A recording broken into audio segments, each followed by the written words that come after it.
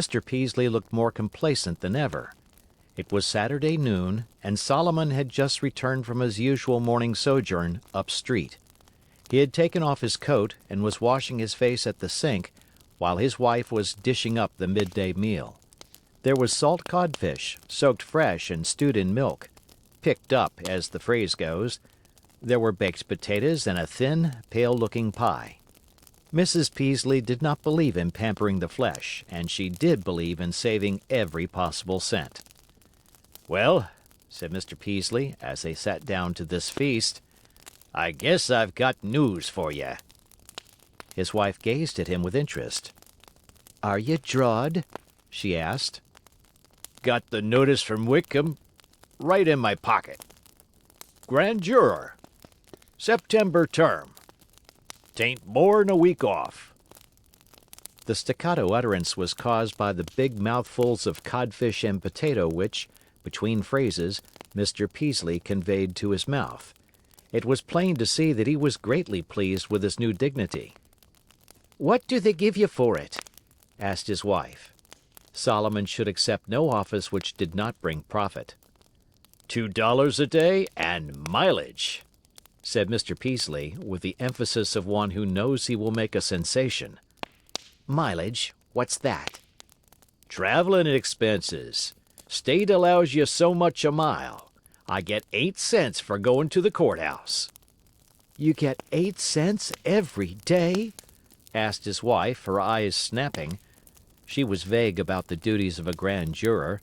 Maybe he had to earn his $2, but she had exact ideas about the trouble of walking up street.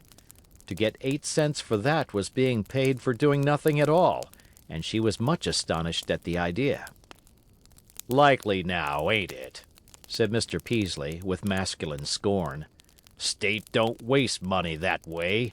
Mileage is to get you there and take you home again when term's over. You're supposed to stay round 'tween whiles." "Huh," said his wife, disappointed. "They give you $2 a day," she hazarded the shot, "just for settin' round and talkin', don't they? Walkin's considerable more of an effort for most folks." "Sittin' around and talkin'!" exclaimed Mr. Peaslee, so indignantly that he stopped eating for a moment, knife and fork upright in his rigid, scandalized hands, while he gazed at his thin, energetic, shrewish little wife. "Settin' round and talkin'! It's mighty important work, now I tell ye. I guess there wouldn't be much law and order if it wa'n't for the grand jury. They don't take none but men of judgment. Takes gumption, I tell ye. You have to pay money to get that kind." "Well," said his wife, with the air of one who concedes an unimportant point, "anyhow, it's good pay for a man whose time ain't worth anything." "Ain't worth anything!" exclaimed Mr. Peaslee, in hurt tones. "Now, Sarepty, you know better than that. I don't know how they'll get along without me up to the bank. They've got a pretty good idea of my judgment about mortgages. They don't pass any without my say-so." Mrs. Peaslee sniffed. "I seen you in the bank window, sittin' round with Jim Bartlett and Si Spooner and the rest of 'em. Readin' the paper. That's all I ever see you doin'. Must be wearin' on you." "Guess you never heard what was said, did you? Can't hear them thinkin', I guess. They're mighty shrewd up to the bank. Mighty shrewd." They had finished their codfish and potato, and Mrs. Peaslee, without giving much attention to her husband's testimony to the business acumen of his banking friends, and incidentally, of himself, pulled the pale, thin pie toward her and cut it. "Pass up your plate," said she. When his plate was again in place before him, Mr. Peaslee inserted the edge of his knife under the upper crust and raised it so that he could get a better view of its contents. He had his suspicions of that pie. What he saw confirmed them. Between the crusts was a thin, soft layer of some brown stuff, interspersed with spots of red. "Them's the currants we had for supper the night before last, and that's the dried apple sauce we had for supper last night," he announced accurately. "And you know how I like a proper pie." "I ain't gonna waste good victuals." said his wife with decision. There was silence for a moment. Solomon did not dare make any further protest. "I suppose," his wife said, picking up again the thread of her thoughts, "you'll have to wear your go-to-meeting suit all the time to the grand jury. I expect they'll be all wore out at the end. That'll take off something. You be careful now. Settin' round's awful wearin' on pants. You get a chair with a cushion. And don't you go treatin' cigars. And don't you go to the hotel for your vittles. I ain't goin' to have you spendin' your money when you could just as well come home. Where you goin' now?" Mr. Peaslee was putting on his coat. "Well," he said, "I kinda thought I'd step over to Eddard's. I thought maybe he'd be interested." "Goin' to brag, are ye?" was his wife's remorseless comment. "Much good it'll do you, talkin' to that hatchet face. He ain't so pious as he looks, if all stories are true." But Mr. Peaslee was already outside the door. She raised her voice shrilly. "You be back now. Them chickens has got to be fed." Mr. Peaslee sought a more sympathetic audience. Being drawn for the grand jury had greatly flattered his vanity, for it encouraged a secret ambition which he had long held to get into public life. Service on the grand jury might lead to his becoming selectman, perhaps justice of the peace, perhaps town representative from Elmington, who knew what else? He looked down a pleasant vista of increasing office, at the end of which stood the state capitol. He could be senator, perhaps. And he began planning his behavior as juror, the dignified bearing, the well-matured utterances, the shrewd cross-questioning. At the end of his service, his neighbors would know him for a man of solid judgment, a safe man to be entrusted with weighty affairs. Mr. Peaslee was 53 years old. He had a comfortable figure, a clean-shaven, round face, and blue eyes much exaggerated for the spectator by the strong lenses of a pair of great spectacles. These, with his gray hair, gave him a benevolence of aspect which somewhat misrepresented him. As a matter of fact, although good-humored and not without a still surviving capacity for generous impulse, he was only less near than his wife. Childishly vain, he bore himself with an air of self-satisfaction not without its charm for humorous neighbors. They said that they guessed he thought himself "some punkins." Some punkins most people admitted him to be, although how much of his money and how much of his shrewdness was really his wife's was a matter of debate among those who knew him best. At any rate, the Peasleys had made money. A few years before, they had sold their fat farm down river advantageously, and had bought the dignified white house in Elmington in which they have just been seen eating a dinner which looks as if they were house poor. That they were not. They had $30,000 in the local bank, partly invested in its stock. In Elmington Mrs. Peaslee was less lonely, and through Mr. Peaslee was an unsuspected director in the bank, and a shrewd user of the chances for profitable investment which her husband's association with the bank crowd opened to her. As for Mr. Peaslee, he did not know that he himself was not the business head of the house, and his garden, his chickens, and his pleasant loafing in the bank window kept him contentedly occupied. For, in spite of her shrewish tongue, Mrs. Peaslee had tact enough to let her husband have the credit for her business acumen. "I ain't going to let on," she said to herself, "that he ain't just as good as the rest of 'em." She had her pride. As Mr. Peaslee stepped along the straight walk which divided his neat lawn, and opened the neat gate in his neat white fence, he met Sam Barton, the broad-shouldered, good-humored giant who was constable of Elmington. Sam gave him a smiling, "How are ye, squire?" as he passed. "Guess he's heard," said Mr. Peaslee to himself, much pleased. Yet, as a matter of fact, the greeting was not different from that which Sam had given him daily for the past 3 years. Once on the sidewalk, Mr. Peaslee turned to the right toward the house of his neighbor, Mr. Edwards. Edwards was a younger man than Peaslee, perhaps 47. His business was speculating in lumber and cattle, and in the interest of this, he was constantly passing and repassing the Canadian border, which was not far from Elmington. In the intervals between his trips he was much at home. He was a stern, silent, secretive man, and simply because he was so close-mouthed, there was much guessing and gossip, not wholly kind, about his affairs. Mr. Peaslee found the front door of the Edwards house standing open in the trustful village fashion, and, with neighborly freedom, walked in without ringing. He turned first into the sitting room, where he found no one, and then into a rear room opening from it. This obviously was a boy's den.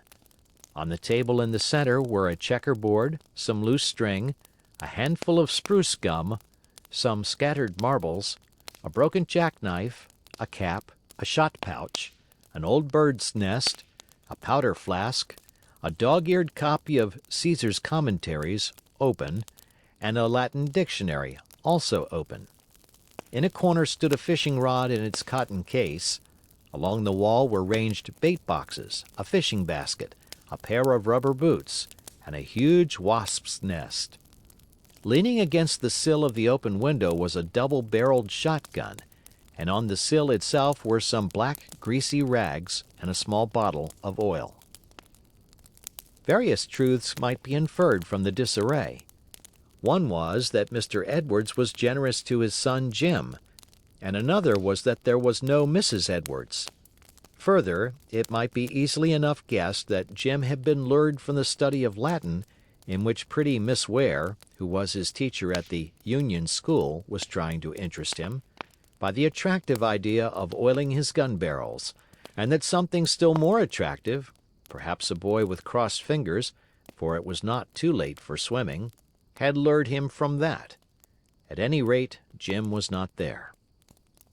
Mr. Peaslee, still bent on finding Mr. Edwards, moved toward the open window. But he could see no signs of life anywhere. None of the household was, however, far away. Jim was in the loft of the barn, where he was carefully examining a barrel of early apples with a view to filling his pockets with the best. The housekeeper had merely stepped across the street to borrow some yeast, and Mr. Edwards, who had a headache, was lying down in the chamber immediately above Jim's den. Mr. Peaslee stood and gazed. He eyed in turn the kitchen ell, the shed, and the barn, and then gazed out over the posy garden, where still bloomed a few late flowers, of which he recognized only the chiny asters. He looked toward what he himself would have called the sarce garden, with its cabbages, turnips, rustling corn stalks, and drying tomato vines. Seeing no one there, he set his gaze to the distant rows of apple trees, bright with ripening fruit. Disappointed, he was about to turn away, but he could not resist taking a complacent, sweeping view of his own adjoining possessions. There, on the right, ran the long line of his own dwelling, continued by the 5-foot board fence separating his garden from Mr. Edwards. This stood up gauntly white until near the orchard, where it was completely hidden by the high, feathery stalks of the asparagus bed, by a row of great sunflowers, now heavy and bent with their disc-like seed pods, and by a clump of lilac bushes. As his eye traveled along the white expanse, he gave a quick start, and his face clouded with vexation.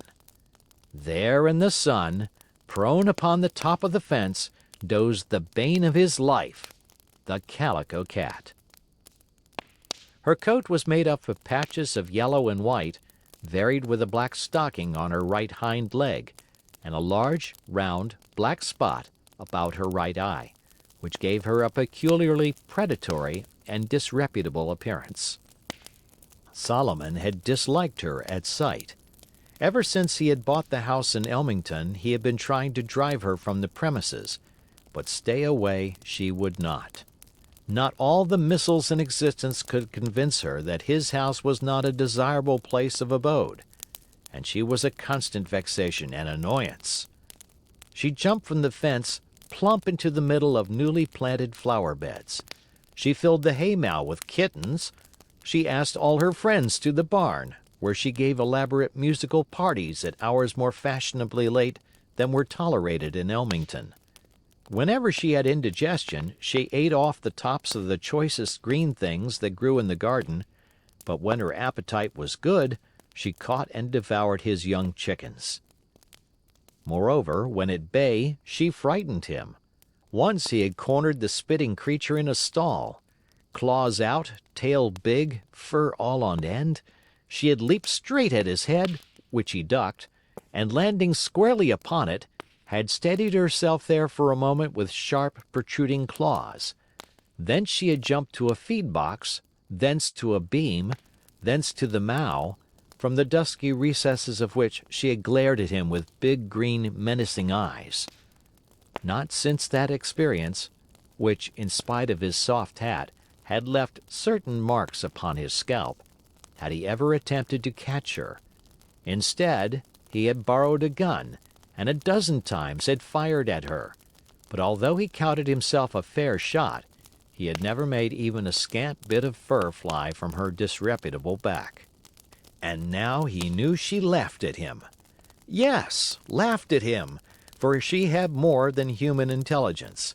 There was something demoniac in her cleverness, her immunity from harm, her prodigious energy, her malevolent mischief, her raillery.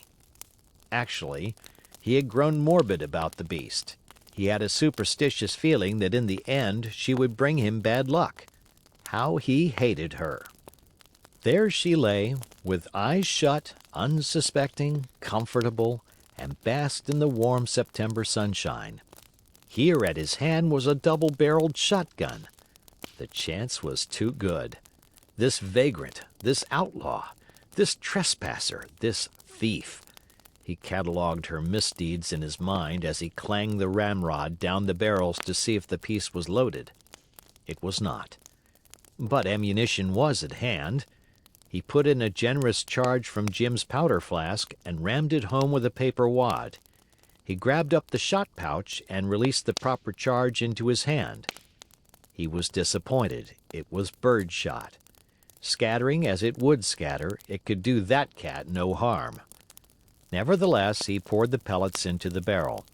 As he rammed home the paper wad on top of these, his eye caught the marbles lying on the table. He took one that fitted and rammed that home also, for luck. He placed a cap, lifted the gun to his shoulder, and fired. With a leap which sent her 6 feet into the air, the Calico Cat landed foursquare in Mr. Peaslee's chicken yard, almost on the back of the dignified rooster, which fled with a startled squawk. She dodged like lightning across the chicken yard, between cackling and clattering hens, went up the wire netting walls, leaped to the roof, paused, considered, began to reflect that she had been shot at before and to wonder at her own fright, stopped, and sitting down on the ridgepole, looked inquiringly in Mr. Peaslee's direction. She was, of course, entirely unharmed. But other matters were claiming Mr. Peaslee's attention. Out from behind the screen formed by the asparagus plumes, the currant bushes, the sunflowers, and the lilacs, all of which grew not so far from the spot on the fence where the Calico Cat had been sitting, fell a man. Solomon had a mere glimpse. Standing behind taller bushes, the stranger had fallen behind lower ones, and only while his falling figure was describing the narrow segment of a circle had he been visible. But the glimpse was enough. Mr. Peaslee's jaw dropped, his face turned white. But the next moment he gave a great sigh of relief. He saw the man rise and slip into cover of the bushes, and so disappear through the orchard. He had not then killed the fellow. Relieved of that fear, he thought of himself. What would people say were he charged with firing at a man? He, a respectable citizen, a director in the bank, a grand juror. They must not know. He silently laid the gun back against the window sill, turned with infinite care, and tiptoed quickly back into the sitting room, into the hall, into the street. Not a soul was visible. Nevertheless, such was Mr. Peaslee's agitation, so strongly did he feel the need of silence that, Placing a shaking hand upon the fence to steady himself, he tiptoed along the sidewalk all the way to his own house. There the fear of his wife struck him. He was in no condition to meet that sharp-eyed, quick-tongued lady. He softly entered the front door and penetrated to the dark parlor, where, as no one would ever enter it except for a funeral or a wedding, he felt safe from intrusion. There he sank down upon the slippery horsehair lounge, and, staring helplessly at the severe portrait of Mrs. Peaslee, done by a lugubrious artist in crayon, wiped the sweat from his forehead and tried to collect his scattered faculties. "Whew!" he breathed. "Whew!"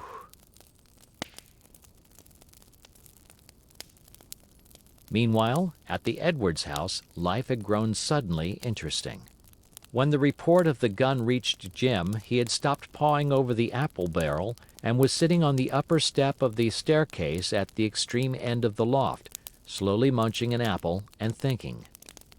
Jim was a healthy, active boy, with no more sense than naturally belongs to a boy of 15, and with a lively imagination, which had been most unfortunately overstimulated. Without a mother, and with a father who paid him scant attention, he read whatever he liked, and as a result, his head was full of romantic road agents delightfully kind to little crippled daughters at home, fierce pirates who supported aged and respectable mothers, and considerate bandits who restored valuable watches when told they were prized on account of tender associations. His imagination had been still further fed by certain local legends and happenings, highly colored enough to excite the keenest interest. Elmington is, as has been said, near the Canadian border. The place abounds in tales of smuggling, and the popular gossip, as gossip everywhere has a pleasing way of doing, associates the names of the most respectable and unlikely people with the disreputable ventures of the smugglers. Of course, a story of contraband trade is the more striking if the narrator can hint that the judge of probate or the most stern of village deacons might tell a good deal if he were disposed, and there are always persons ready to give this sort of interest to their yarns. In Ilmington lived Jake Farnham, an ex-deputy marshal and an incorrigible liar, about whom gathered the boys, Jim among them, to hear exciting stories of chase and detection, exactly as boys in a seaport town gather about an old sailor to hear tales of pirates and buccaneers. And Jake loved to hint darkly that the best people shared in the illicit traffic. With it all, Jim's sense of right and wrong was in a fair way to become hopelessly mixed. Exactly as boys at the seashore are prone to believe that a pirate is, on the whole, an admirable character, so these border boys, and especially Jim, had come to feel, only with more excuse because of the generally indulgent view of the community, that smuggling is an occupation in which anyone may engage with credit, and which is much more interesting than most. Now it is not likely that Jim's father, a stern, secretive, obviously prosperous man, with an intermittent business which took him back and forth across the border, could in all this gossip escape a touch of suspicion. No one, of course, denied that he really did deal in lumber and cattle, the fact was obvious. But there were hints and whispers, shrewd shakings of the head, and more than one guessed that all Edward's profits didn't come from cattle, no, nor lumber, neither. Latterly these whispers had become more definite. Pete Lemery, a French-Canadian, whom Mr. Edwards had hired as a drover and abruptly discharged, was spreading stories about his former employer which made Blackbeard the pirate seem like a babe by comparison. Pete was not a very credible witness, but still, building upon a suspicion that already existed, he succeeded in adding something to its substantiality. These stories had come to Jim's ears, and Jim was delighted. The consideration that, were the stories true, his father was a criminal did not occur to him at all. Like the foolish romantic boy he was simply pleased to think of his father as a man of iron determination, cool wit, unshakable courage, whom no deputy sheriff could overmatch, and who was leading a life full of excitement and danger, the Smuggler King. The only thing that Jim regretted was that his father did not let him share in these exploits. He knew he could be useful, but his father's manner was habitually so forbidding that Jim did not dare hint a knowledge of these probable undertakings, much less any desire to share them. Poor Mr. Edwards! He loved his boy, but did not in the least know how to show it. Silent, with a sternness of demeanor which he was unable wholly to lay aside even in his friendliest moments, much away from home, and unable to meet the boy on his own level when he was there, deprived of the wife who might have been his interpreter, he had no way of becoming acquainted with his son. Anxious in some way to share in Jim's life, he took the clumsy and mistaken method of letting him have too much pocket money. Yet if Jim, thus unguided and overindulged, had gone astray in his conduct, Mr. Edwards was not the man to know his mistake and take the blame. He had in him a rigidity of moral judgment, a dryness of mind which made it certain that if Jim did do what he disapproved, he would visit upon him a punishment at once severe and unsympathetic. The man's air of cold strength excited in the son fear as well as admiration. His reserve kept his naturally affectionate boy at more than arm's length. Poor Mr. Edwards! Poor Jim! Misunderstanding between them was as sure to occur as the rise of tomorrow's sun. Pat on Jim's speculations about his father's stirring deeds, the gunshot came echoing through the silent barn. Jim ran to the loft door and looked out. He saw smoke curling up from the window of his den and knew that it was his own gun that had been fired. Back in the room, a vague masculine figure moved hastily out of the door. Jim looked toward the orchard and caught sight of another man disappearing in the trees. He was wild with excitement. As he knew that his father was the only person in the house, he was sure that his father had fired the shot. The tales that he had heard, his belief in his father's life of adventure, made him conclude that here was some smuggler's quarrel. So vividly did the notion take possession of his inflamed imagination that nothing henceforth could shake it. He simply knew what had happened. And his father had fled, leaving all the evidences of his shot behind him. Jim's loyal heart bounded. Here he could help. He turned, raced across the loft, clattered down the steep, cobwebby stairs, slipped through the shed passage, through the kitchen, and on into his own room. He knew what to do. Nothing must show that the gun had ever been used. He set feverishly to work. He swabbed out the weapon and hung it on its rack over the mantel. He tossed the rags into the fireplace and covered them with ashes. He put the shot pouch and the powder flask into their proper drawer. Then he pulled a chair to the table and set himself to a pretended study of Caesar. If anyone should come, it would look as if he had been quietly studying all the morning. All this had cost considerable self-denial, for of course he boiled with curiosity about the man in the orchard. He did not dare to go out there, but now, stealthily glancing out of the window, he saw his father returning from the garden with long strides. Jim understood. His father, going out at the front door, had slipped round to the side of the house so that it would look as if he had come from the street. He was not surprised that his father looked stern and angry.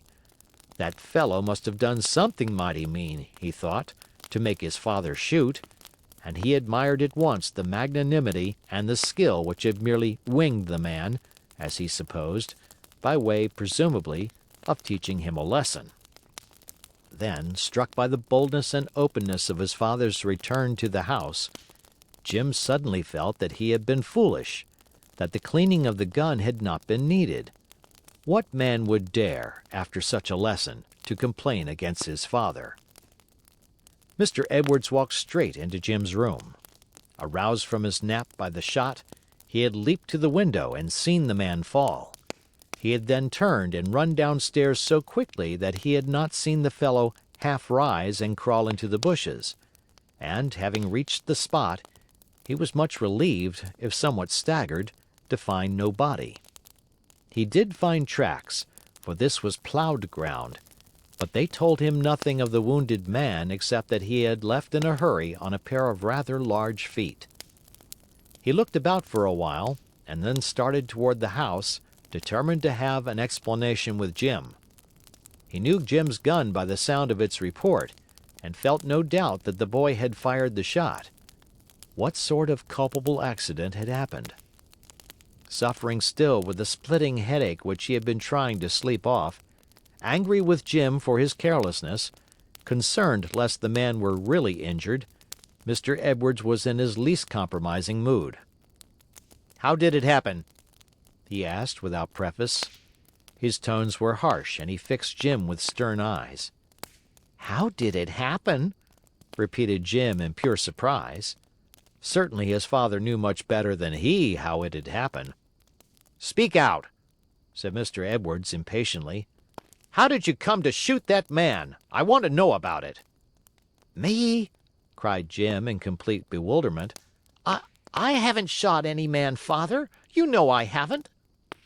Mr. Edwards, never a man of nice observation, and now bewildered with anger and headache, took his son's genuine astonishment for mere pretense and subterfuge.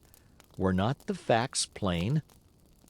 "I don't want any nonsense about this," he said incisively. "I heard your gun. I saw the man fall. No one else but you could possibly have fired it. It's useless to lie, and I won't stand it. Tell me at once what happened." "I didn't shoot him, Father. You know I didn't," reiterated Jim, more and more dumbfounded. "I don't know how it happened, honest Injun. I don't, Father." Mr. Edwards' mouth shut tight. He swept the room with his eyes until they rested upon the gun in the rack over the mantelpiece. He stepped forward, took it down, and examined it. Holding it in his hands, he gazed about the floor. A rag which the ashes in the fireplace had not wholly covered caught his attention. "You cleaned the gun and put it away," he said grimly. "Then you tried to hide the rag with which you cleaned it." And he touched the bit of cloth sticking from the ashes contemptuously with his foot. "What do you expect me to think from that?" Jim was silent. The boy was unlike his father in many ways, but they were alike in this: they both were proud. Each would meet an unjust accusation in silence. And Jim was beginning to show another of his father's characteristics. A still anger was beginning to burn in him against this man who accused him of a deed which he himself had done, and he felt rising within him a stubborn will to endure, not to surrender.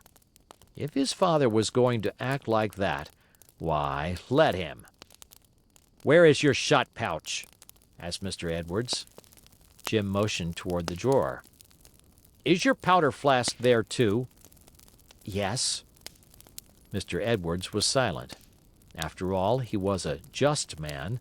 He was trying, as well as his headache would let him, to see things straight. "It's plain what happened," he said at last. "You had an accident and got frightened. You cleaned your gun, you hid the rags, you put away your ammunition, you got your books and pretended to study. You're afraid to tell the truth now." Jim's face flushed hotly, but he kept silent. Such assurance, such cruelty, he had never imagined. If this was what smugglers were like, if this was a sample of their tricks— "I'll give you one more chance to tell the truth," said Mr. Edwards. "Did you do it?" "No, I didn't," said Jim, and his jaw snapped closed like his father's. "Very well," said Mr. Edwards. "I'll leave you until you change your mind. You will stay here. Sarah will bring you bread and milk at supper time. If you're willing to talk to me then, you may tell her that you'd like to see me." He turned to go, then paused. "It's a serious matter, and all the facts are against you. It would go hard with you in court. It will go harder if you stick to your stubborn and foolish lie. one thing more. If you don't choose to tell the truth, you will have to reckon with the law as well as with me." Mr. Edwards, upon this, shut the door and departed. His was a stern figure, but the hurt within was very sore. This, then, he reflected bitterly, was the kind of boy he had. He suffered deeply at the discovery, which for him was unquestionable. Jim felt outraged. He had done his loyal best to save his father from the consequences of his rash act, and now, with incredible ingenuity and cool injustice, his father was using his son's acts of helpfulness to make it appear that he had done the deed. Without a scruple, his father had made him a scapegoat. Jim told himself that he would gladly have taken the blame had his father, as chief of the band, demanded the sacrifice of this, his devoted follower. Nay, more, he would have endured the ordeal without a murmur had his father, deeming it unsafe to enter into formal explanations, only hinted to him that this was a farce which they two must play together. If his father had only winked at him! Surely he might have done that with safety. But not to be admitted to the secret, not to be allowed to play the heroic part, to be used as an ignoble tool by a father who neither loved him nor knew his courage, that was too much. He would not betray his father. No, 1,000 times no. But the day would come. The afternoon dragged on. Jim sat there in his room, looking out into the pleasant sunshine, conscious that the boys were playing three-old cat in the field not far away, as rebellious and magnanimous, as hot and angry, as heroic and morally muddled a boy as one could wish to see. And looking at the affair from his point of view, not many people will blame him. It is delightful, of course, to have a pirate chief for father, but what if he makes you walk the plank? It is amusing to think of Mr. Peaslee and Jim each shut up in his respective room. But if Mr. Peaslee in his gloomy parlor, faced by the crayon portrait of his masterful wife, a vase of wax flowers under a glass dome, the family Bible on a marble-topped table, and 3 stiff horsehair-covered chairs, had the advantage of being able to leave at any moment, he was even more perturbed in mind. "Terrible awkward mess," he kept repeating to himself as he mopped his damp forehead with his handkerchief. "Terrible awkward."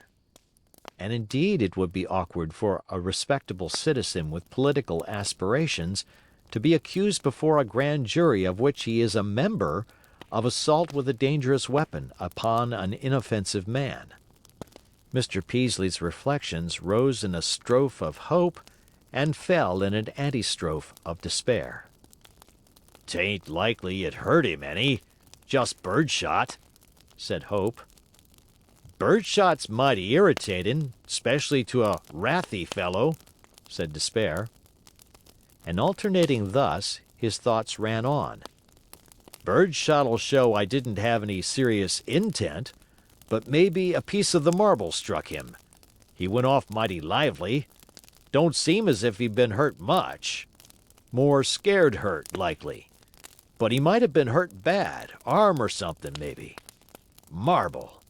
'Tain't anything but baked clay, split all to pieces probably. But you can't tell. I've heard you can shoot a taller candle through an inch plank, and that's considerable softer than a marble. And that pesky cat's just as frisky as ever." Had anyone seen him? There certainly had not been anyone in the street, but where had been Mr. Edwards, Jim, the housekeeper? Where had his own wife been? There were windows from which she might have seen him returning, some from which she might even have seen him fire the fatal shot. But, pshaw, there now! Probably no one had seen him at all, not even his wife, not even his victim. Probably no one would ever find out. "Must have been some worthless fella, stealing apples maybe, who won't dare make a fuss. 'Tain't likely I'll ever hear anything of it. 'Tain't no use saying anything till something happens. What folks don't know don't hurt 'em none." The structure of comfort which he thus built himself was shaky indeed, but it had to serve. He nerved himself to meet his wife. He must not excite her suspicion by too long an absence. She was doubtless full of curiosity, for of course she had heard the shot, and would expect him to know what it meant. It would not do to seem to enter the house by the front door, sacred to formal occasions. So, sneaking outdoors again, he slipped round to the side of the house, and with much trepidation went into the kitchen. His wife began the moment she saw him. "Well, have all the crazy carryings on?" she cried. "What's the Edwards boy firing off guns for? Right under peaceable folks' windows. I'm going to speak to Mr. Edwards right off." "Now don't you, Sarepty? Now don't you?" said Mr. Peaslee, in alarm. Relieved as he was to find himself unsuspected, he did not like the idea of having his wife pick a quarrel with Mr. Edwards for what he himself had done. The less said about that shot, the better he would be pleased. "For the land's sake, why not, I should like to know?" "Well now, Sarepty, I wouldn't. That Edwards boy ain't more of a boy than most boys, I guess. Always seemed a real peaceable little feller. And Edwards is kind of touchy, I guess. It might make hard feelin'. 'Twouldn't look well for us to speak, bein' newcomers so. I wouldn't, Sarepty, I wouldn't. Maybe sometime I'll slide in a word, just slide it in kinder easy, if he does it again." And Mr. Peaslee looked appealingly at his wife through his big spectacles, his eyes looking very large and pathetic through the strong lenses. "Huh," said his wife, unmoved. "I ain't afraid of Edwards, if you be." Nor could she be moved from her determination. Mr. Peaslee was vastly disturbed. But presently he forgot this small annoyance in greater ones. That evening after tea, when he went up to the post office, he heard that Pete Lamoury had been shot by Jim Edwards, and was now in bed with his wounds. Jim's arrest was predicted. Young Farnsworth, who kept the crockery store, told him the news. And presently Jake Hibbard, the worst shyster in the village, shuffled in, noticeable anywhere for his suit of rusty black, his empty sleeve pinned to his coat, the green patch over his eye, and his tobacco-stained lips. He confirmed the report. "Pete's hurt bad," he said, shaking his head. "Hurt bad. I've taken his case. Young Edwards is going to see trouble." The speech frightened poor Mr. Peaslee, and he was hardly reassured by the skeptical smile of Squire Tucker, and his remark that he would believe that Lamoury was hurt when he saw him. The squire had small faith in either Lamoury or Hibbard. He knew them both. But Mr. Peaslee returned home with dragging feet. Silent and preoccupied all the evening, he went to bed early, but not to sleep. Long he lay awake and tossed, while the Calico Cat wailed on the rear fence, exultant, triumphant, insulting. And when he did finally get to sleep, he dreamed that he was being prosecuted in court by— was it Jake Hibbard, with the green patch over his eye, or the Calico Cat, with the black patch over hers? He could not tell, study the fantastic, ominous figure of his prosecutor as he would. Immediately after breakfast on Monday morning, Mr. Peaslee, in a mood of desperate self-sacrifice, started uptown to buy a knife for Jim. All day long on Sunday, when he had nothing to do but think, he had struggled between his fear of exposure and his sorrow for the boy. The upshot was a determination to make it up to him by giving him a knife. He had in his mind's eye a marvel, staghorn handle, 4 blades, saw, awl, file, hoof-hook, corkscrew. Such a knife as that, he felt, would console any boy for being arrested. "Most likely 'twill end up right there," he said to himself. "I guess I'd better go to Farley's," he thought as he walked along. "Farley owes money to the bank. He won't dare to stick it on like the rest." But when he entered the store and looked about, his face fell. Mr. Farley was not there. Willie Potter, Farley's clerk, a young man peculiarly distasteful to Solomon, lounged forward with a toothpick in his mouth. Mr. Peaslee had half a mind to go, but the thought of poor Jim held him back. "What will you have today, Mr. Peaslee?" inquired Willie affably. He winked at young Danny Snow, who sat grinning on a keg of nails, as much as to say, "Watch me have some fun with the old man." I thought maybe I'd look at some jackknives," said Solomon, eyeing Willie distrustfully. "Yes, sir. I guess you want the best, regardless of expense," said Willie impudently. He well understood his customer's dislike for spending a penny. Stepping behind the counter, he drew from the showcase and held up admiringly the most costly knife in the store. "Here now, what do you say to this? Very superior article. Best horn, 10 blades. Best razor steel. $3.50 and cheap at the price. Can't be beat this side of Boston. Just the article for you, sir." And he winked again at Danny Snow, who was pink with suppressed merriment. Well now," said Solomon, taking the knife in his hand and pretending to examine it closely. "That's a pretty knife, to be sure. To be sure. Real showy, ain't it? Looks as if it was made to sell, all outside and no money in the bank like some fellers you see." Danny Snow giggling outright, Mr. Peaslee turned and gazed at him in mild inquiry. Young Potter turned a dull red. He was addicted to radiant cravats and gauzy silk handkerchiefs, and from his salary of $8 a week he did not save much. But just the same, Mr. Peaslee had been staggered at the price. Pretending still to examine the knife which Willie had given him, he squinted past it at the contents of the glass showcase on which his elbows rested. There all sorts of knives confronted him, each in its little box, in which was stuck a card stating the price: $1.50, $1.25, 90 cents, 45 cents. The cheapest one would eat up the proceeds of 3 dozen eggs at 15 cents a dozen, a good price for eggs. He had forgotten that knives cost so much. A good knife ain't any use to a boy, he reflected. Break it in a day, lose it in a week. 'Twouldn't be any real kindness to him, just wasting money.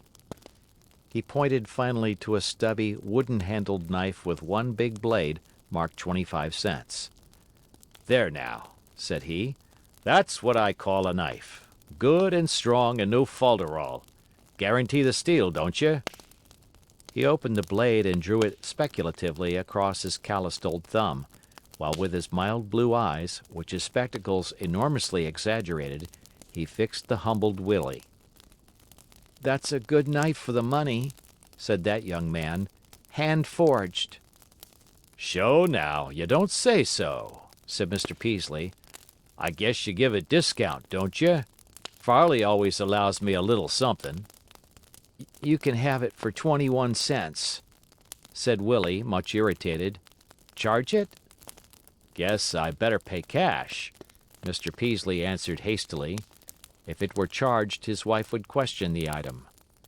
Producing an enormous wallet, very worn and very flat, from his cavernous pocket, he deliberately searched until he found a Canadian 10-cent piece, and adding to it enough to make up the price, handed it to Potter and left the store. Mr. Peaslee, who remembered no gift from his father other than a very occasional big copper cent, thought himself pretty generous. Had he not spent pretty nearly the price of 2 dozen eggs? But now a question occurred to him which he had not thought of before. How was he to get the knife to Jim? A gift from him would excite surprise, perhaps suspicion. It must not be known who had sent it. Ah, there was the post office. Going in, he pushed the little box through the barred window. "Say, Cyrus," he said to the postmaster, "kinder weigh up this consignment for me, will you?" The postmaster weighed the box. "That will cost you 6 cents," he said. "Thank you," returned Mr. Peaslee, and dropping the box into his deep pocket, departed. Half a dozen eggs more to get it to his next-door neighbor. "'Tain't right," he muttered. 'Tain't right. Uncertain what to do with his gift, but feeling on the whole pretty virtuous, Mr. Peaslee now started home. He thought that Jim would not be going to school, but would wait at home for the threatened coming of the constable, but still he was not sure, and he wanted to keep the boy under his eye. Suddenly he straightened. There was Judge Ames walking up the street, valise in hand, just from the early morning train. He had come a few days before the opening of court. Mr. Peaslee knew him slightly, and stood much in awe of him. He was greatly pleased when the judge stopped and shook hands with him. I am glad to hear, Mr. Peaslee, said the judge in his precise lawyer-like utterance, that you are to be on the grand jury. We need men like you there. Thank you, Judge, thank you, said Mr. Peaslee, overcome. And he walked on home, quite convinced that a person of his importance in the community should not be sacrificed to the comfort of any small boy. And I've done right by the little feller, I've done right, he assured himself, feeling the knife. As he turned into his own yard, he cast an anxious eye over to the Edwards house. There sat Jim, elbows on knees, chin on hands, staring into space. Jim was thinking that his father, had he been a pirate chief, would not have wiped a filial tear from his eye whenever he thought of his mother, and the boy's face showed it. The spectacle greatly depressed Mr. Peaslee. The smallest, faintest question entered his mind whether a 25-cent knife would console such melancholy. To give himself a countenance while he watched events, Solomon got a rake and began gathering together the few autumn leaves which had fluttered down in its front yard. It was not useless labor, for they would come in handy later in banking up the house. And so, presently, he saw Sam Barton, the constable, his big shoulders rolling as he walked, advancing down the street. Mr. Peaslee expected him, nevertheless his appearance gave him a disagreeable shock. Suppose the constable had been coming for him? Ain't arrestin' anybody down this way, be ye? He called with a feeble attempt at jocularity. Perhaps, after all— Looks like it, said Barton succinctly. Mr. Peaslee stepped to the fence. "'Tain't likely they'll do much to a little feller like that, I guess," he said, searching the constable's face. "Dunno," said Barton, passing on. Solomon, much concerned, leaned on his rake and watched him enter the Edwards house. Jim had disappeared. There was some delay. Mrs. Peaslee came to the door. "Arrestin' that Edwards boy, be they, Solomon?" she said. "Well, serve him right, I say, shootin' guns off so. Like father, like son. I dunno as 'twas the son. I'd as soon believe it of the father. Everybody knows Lamoury and he's been mixed up together. Some of his smugglin' tricks, prob'ly." Mrs. Peaslee had taken a violent dislike to her taciturn neighbor, and she did not care who knew it. Her shrill voice seemed to her husband painfully loud, and indeed it was beginning to attract the attention of the group of children who had gathered about the Edwards gate. "Shh!" hissed Solomon. "Edwards might hear ye. 'Twould hurt us if he should take his account out of the bank." "Humph!" exclaimed Mrs. Peaslee. "Well," she added, "you go to the hearin'. Justice is something, I guess." But she said no more, and with her husband and the children awaited events, a silent group in the silent street before the silent house. The children's eyes grew bigger and bigger with excitement. Was not Jimmy Edwards going to be arrested for murder? The horrid whisper ran. One small boy, beginning to whimper, asked if Jimmy was going to be hung. The occasion was solemn even to the older eyes of Mr. Peaslee. "Supposin' it was me," he said to himself. Presently Mr. Edwards, Jim, and the constable emerged from the house. Jim looked white and frightened, but was bravely trying to bear himself like a man. Mr. Edwards, his long shaven upper lip stiff as a board, looked stern and uncompromising. Barton was as big and good-humored as ever. He turned upon the little boys and girls, and waving his arm, cried, Scat! They fell back about 10 feet. Thus the procession formed, Barton and Jim, then Mr. Edwards, and, at a barely respectful distance, the crowd of youngsters. Mr. Peaslee, much moved, but trying hard not to show it, thrust his rake under the veranda with a great show of care and joined Mr. Edwards, much to that gentleman's surprise. Solomon's heart was throbbing with a great resolution. I always aimed to be neighborly, said he, nervously lowering his voice, for he was conscious of his wife, still standing on the veranda. Thought I'd just step along, too. I calculate maybe you'd like company on his bail bond. And he jerked his thumb toward Jim. It was out, he was committed, and Solomon heaved a great sigh, he knew not whether of relief or dismay. There was not indeed any risk in signing with Edwards, who was good for any bail that the justice was likely to require. But what would Mrs. Peaslee say if she knew? He glanced apprehensively toward the house. His wife had gone in, but, evil omen, there, sitting on a fence post, was the Calico Cat. She was placidly washing her face, and as her paw twinkled past the big black spot round her right eye, she appeared, at that distance, to be greeting him with a derisive wink. Mr. Edwards, though his mouth shut tighter than ever at the mention of bail, was surprised and touched. "Thank you," he said. "It's kind of you to think of it." In the village, Sam ushered them into the musty law office of Squire Tucker, Justice of the Peace. The squire was a large, fat man, clothed in rusty black, with a carelessly knotted string tie pendant beneath a rumpled, turned-down collar. He had a smooth-shaven, fat face, lighted by shrewd and kindly eyes, which gleamed at you now through, now over, his glasses. When the party entered he was writing, and merely looked up under his big eyebrows long enough to wave them all to chairs. Jim sat down, with the constable behind him and his father at his left, and studied the man in whose hands he thought that his fate rested.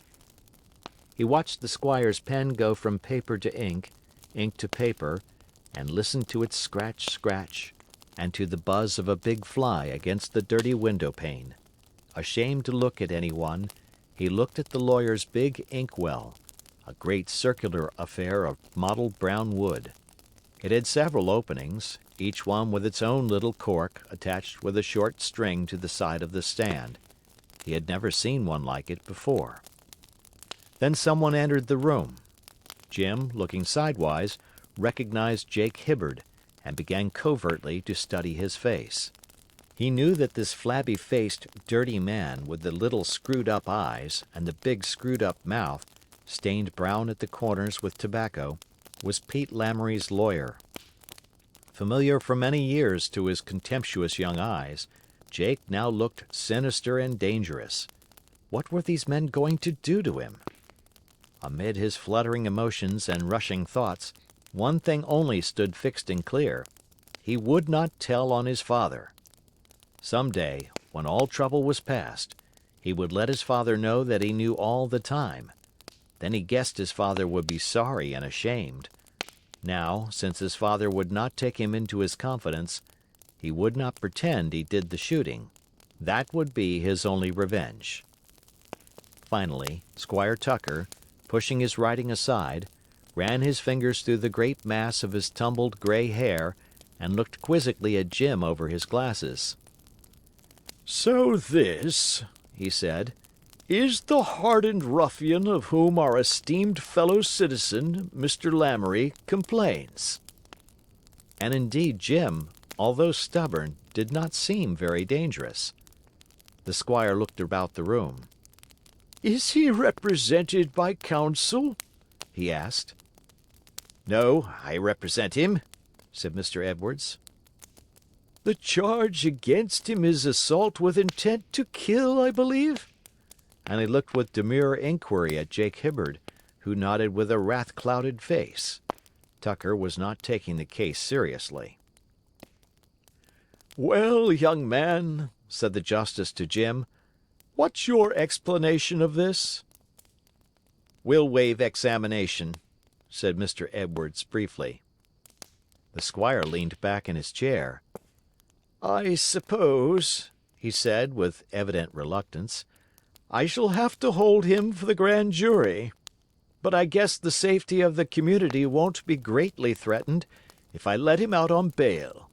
I should think a couple of hundred would do. I suppose there'll be no difficulty about the bond? The tone of the proceedings suited Mr. Peaslee well. In his nervousness and abstraction, he had backed up to the rusty, empty iron stove at the end of the room, and stood there, with spread coat-tails, listening intently. On hearing the amount of bail, he gave a sigh of relief. His incautious offer had brought him no dangerous risk. Mr. Edwards, however, did not answer. Instead, consulting the justice with a look, he turned and beckoned Jim to follow him into the hall. James, he said, this is the last chance I shall give you. If you confess to me, I will see that you have proper bail. If you do not, I shall let the law take its course. You may choose. Jim was exasperated. If his father wished to be mean, let him be mean. At least he might drop this farce, this irritating pretense. He lost his temper. I don't care what you do, he said fiercely. Send me to jail if you want to. I guess I can stand it. Is that all you have to say? Jim replied with a rebellious glance. Very well, said his father. Then we will go back. Once in the room, he stepped to the squire's desk and talked with him in low tones. Then the justice turned to Jim again, a new gravity in his jolly face. Your father, he said, refuses to go on your bond. Have you any sureties of your own to offer? No, sir, said Jim. Mr. Peaslee was outraged. What kind of a father was this?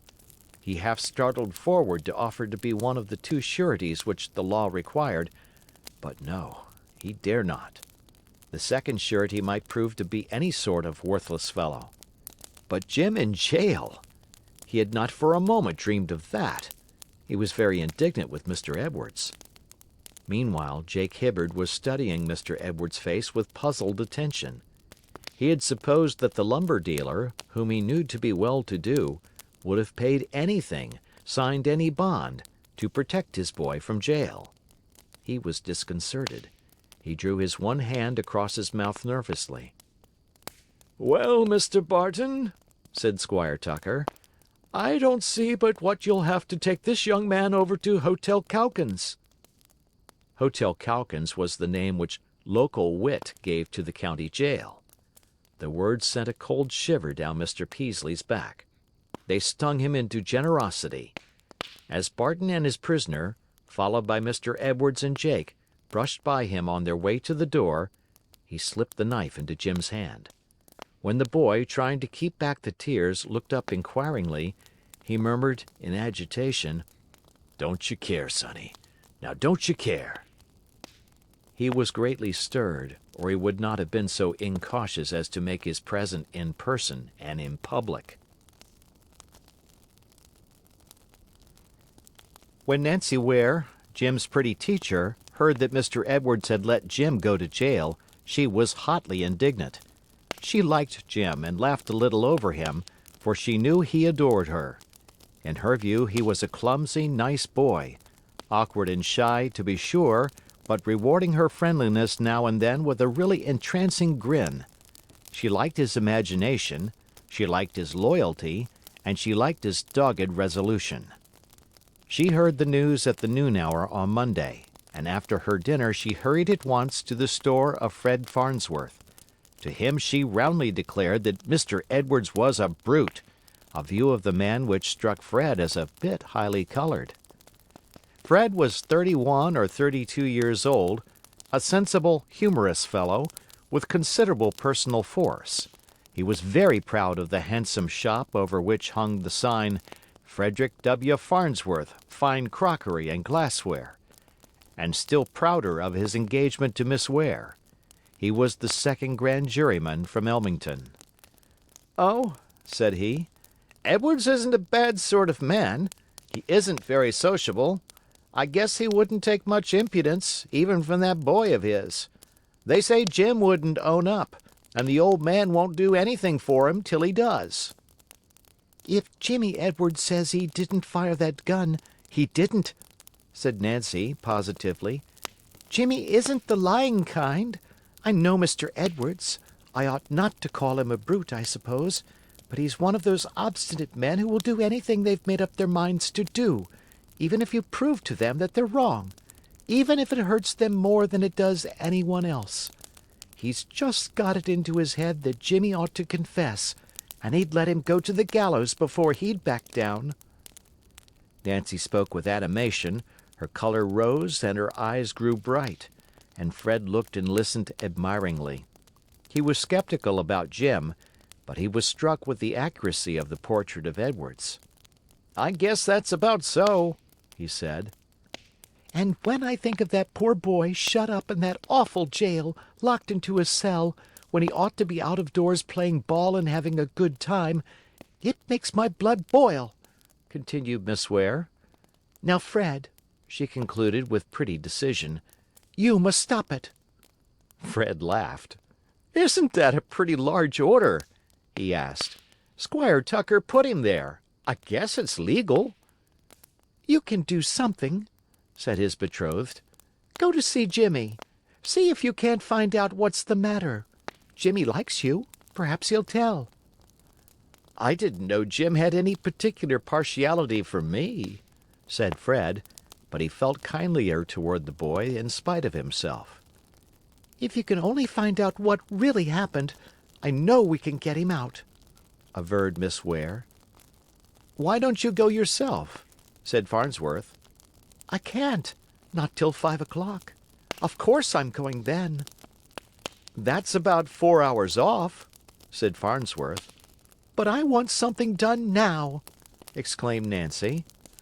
"Oh," said Fred, humorously. "Will you go?" "Of course. I'll start at once." Fred dropped his banter. "I'll tell you what, Nancy. I may not be able to do much right off, but I'll promise you that he has a fair chance before the grand jury." Farnsworth started at once for the jail. It was a poor place for a boy, he reflected, as he rang the jailer's private bell. Calkins himself was not there, and his wife came to the door. She knew Farnsworth, and when he asked if he might see Jim, she laughed a little and told him to step right in. Hotel Calkins was a brick building which looked pleasantly like a private dwelling, as in fact a good half of it was. In this front half dwelt the jailer. In the rear half, separated from the living quarters by a thick wall and heavy doors, was the jail proper. There Farnsworth expected to be led. But not at all. Mrs. Calkins ushered him into her own kitchen, where a washtub showed what she was doing, where the afternoon sun and sweet September air poured in at the open windows, and where a canary in its cage was singing cheerily. Here Farnsworth was much surprised to see Jim, curled up in Mrs. Calkins's own rocking chair, eating a large, red-cheeked apple which he was dividing with a brand-new knife. "Squire Tucker told Mark," said Mrs. Calkins, enjoying the joke, "that he guessed James would like our society full as well as that of the prisoners." As for Jim, he grinned affably and took another slice of his apple. The awful picture which Miss Ware had drawn of Jim's dreadful isolation and misery, and her own indignant sympathy, rushed upon Farnsworth's mind, and were so comically out of relation with the facts that he sank weakly into the nearest chair and roared. "This is the way you go to jail?" he gasped. Mrs. Calkins smiled in sympathy, and Jim, half suspecting that he ought to be offended at this frank mirth, looked sheepishly at the floor. Farnsworth recovered himself. "A mighty good friend of yours," he said, "sent me over here." "Miss Ware?" asked Jim, much pleased. "Yes. She's coming herself right after school, loaded down with things to console your desolate prison life, I believe." And Farnsworth had to stop to laugh again. But she wanted me to start right in and help you out of this, and that's what I'm here for." "Thank you," said Jim, embarrassed but polite. But it struck Farnsworth, as he said afterward, that the boy shied a little. "Miss Ware says," he went on, "that she doesn't believe you fired that shot, and she wants you to tell me exactly what did happen. Now, if we can show that you didn't shoot, I can get you out of here quick." "What are they going to do to me?" said Jim. "That depends. It makes a difference how much Lamoury's hurt. The penalty might be severe if he's got a bad wound. But even then, if we could show that you didn't know he was there, or that the gun went off by accident, or that you were firing at something else, it would make a big difference. And if you can show that you weren't there at all, why, out you go, scot-free.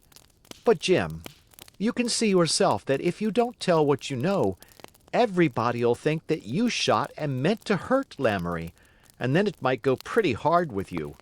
Now come, tell me what happened." "You'd better tell, Jimmy," said Mrs. Calkins, straightening up from her washtub. "You won't find any better friends than Mr. Farnsworth and Miss Ware." The young man, as he talked, watched the boy curiously. Jim flushed and squirmed, and looked now at the floor and now out at the window, with a marked uneasiness and embarrassment that greatly puzzled his friend. And when he stopped, and the boy had to answer, his distress became really pitiable. "Can't you tell me, Jim?" Mr. Farnsworth hazarded, after a little, putting a kindly hand on the boy's arm, while Mrs. Calkins stood quiet by her tub in friendly expectation. But Jim remained dumb. After waiting a little, Farnsworth, seeing the boy so miserable, took pity on him. "Well, never mind, Jim," he said. "You needn't tell if you don't want to." He would have to let Nancy coax it out of him.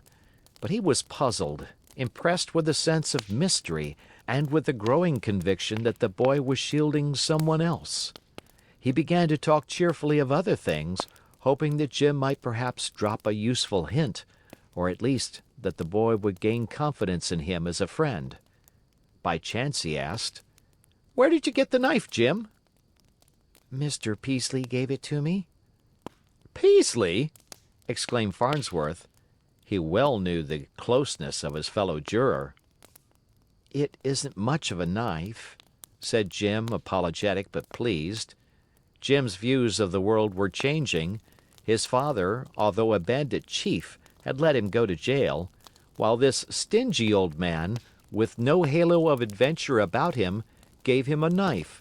And here were Miss Ware and Mr. Farnsworth and Mrs. Calkins and the jailer, none of them smugglers, who were very kind. Farnsworth rose to go. Then Jim, summoning all his courage, asked a question which had long been trembling on his lips. "What do they do to smugglers, Mr. Farnsworth?" "Fine 'em or put 'em in jail, or both. Why?" "Nothing much," said Jim, but obviously he was cast down. Farnsworth walked thoughtfully toward his store. "By George!" he thought suddenly. "I wonder." The gossip about the senior Edwards had occurred to him, and at the same time he remembered the quarrel with Lamoury. "But what nonsense!" he thought.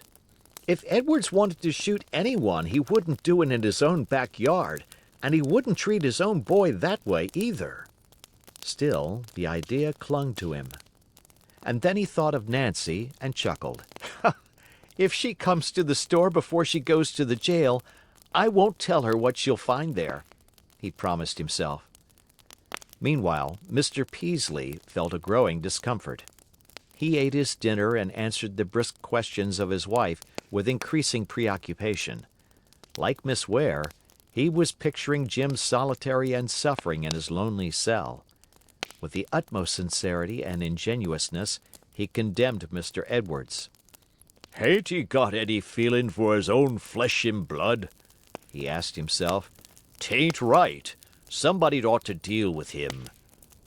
As he pottered about his yard after dinner, he finally worked himself up to the point of speaking to Edwards himself. Even his righteous indignation would not have led him to this undertaking had he known Mr. Edwards better or realized the father's present mood. Hurt exceedingly by Jim's lying and contempt of his wishes, hurt even more through his disappointed desire to help his boy, Mr. Edwards was sore and sensitive, discontented both with Jim and with himself. He did not want Jim in jail, he told himself, and the neighbors who were so uniformly assuming that he did might better give their thoughts to matters that concerned them more. He would get the boy out of jail quick enough if the boy would only let him. As he stepped out of the house to do an errand at the barn, Mr. Peaslee hailed him over the dividing fence. Somewhat put out, Mr. Edwards nevertheless turned and walked toward his neighbor. Mr. Peaslee, leaning over the fence, began. "Edwards," he said, reaching out an anxious, deprecatory hand, "don't you think you're just a little mite hard on that boy of yourn?" He got no further. Edwards gave him a look that made him shiver and cut the conversation short by turning on his heel and marching toward the barn. "Dreadful harsh, man, dreadful harsh," Mr. Peaslee muttered to himself. "Nice, likely boy as ever was. If I had a boy like that, I swan I wouldn't treat him so consarned mean." He turned away much shocked, and saw the Calico Cat watching him ironically from the chicken house. "Drat that cat," said he. "I ain't going to stay round here, not with that beast grinning at me." He got his hat and started uptown, not knowing in the least what he intended to do there. He stopped, however, at every shop window and studied baseballs, bats, Tivoli boards, accordions. He was beginning to wonder if a 25-cent knife was enough to console Jim for his unmerited incarceration. He was gazing forlornly in at the window of Upham's drugstore, where some half-dozen harmonicas were displayed, and wondering if Jim would be allowed to play one in his dungeon cell, when Hibbard spoke to him. He drew the lawyer aside, and peering closely into his face with anxious eyes exaggerated by his spectacles, said insinuatingly, "Just 'twixt you and me, kinder confidential. Pete ain't hurt bad, is he? You don't mind sayin', do you?" Jake drew himself up, surprised and suspicious. Did the old fool think him as innocent as all that? "He's hurt bad, Mr. Peaslee, bad," he said with dignity. "Of course it isn't fatal, unless it should mortify." He waved his hand deprecatingly. "I can't imagine what that Edwards boy used in his gun." Mr. Peaslee knew, the marble. He trembled. Still, he knew Jake's reputation. A shrewd thought visited his troubled mind. "What doctor's seeing him?" he asked. "Doctor!" exclaimed Hibbard, irritated. "Doctor! You know these French Canadians. They're worse scared of a doctor than of the evil one himself. Pete's using some old woman's stuff on his wounds. Bear's grease, rattlesnake oil, catnip tea. What do I know?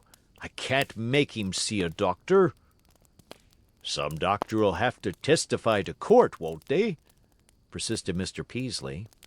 "Oh, I'll look out for that, don't you fear," the lawyer said easily, but nevertheless he made a pretext for leaving the old man.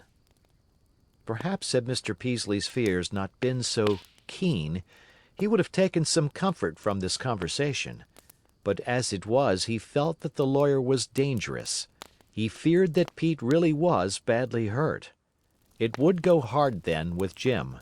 It would, by the same token, go hard with himself should he confess. Suddenly he turned and rushed into Upham's store.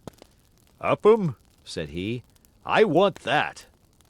And he pointed straight at a big harmonica with a strange and wonderful harp attachment, bright-colored and of amazing possibilities.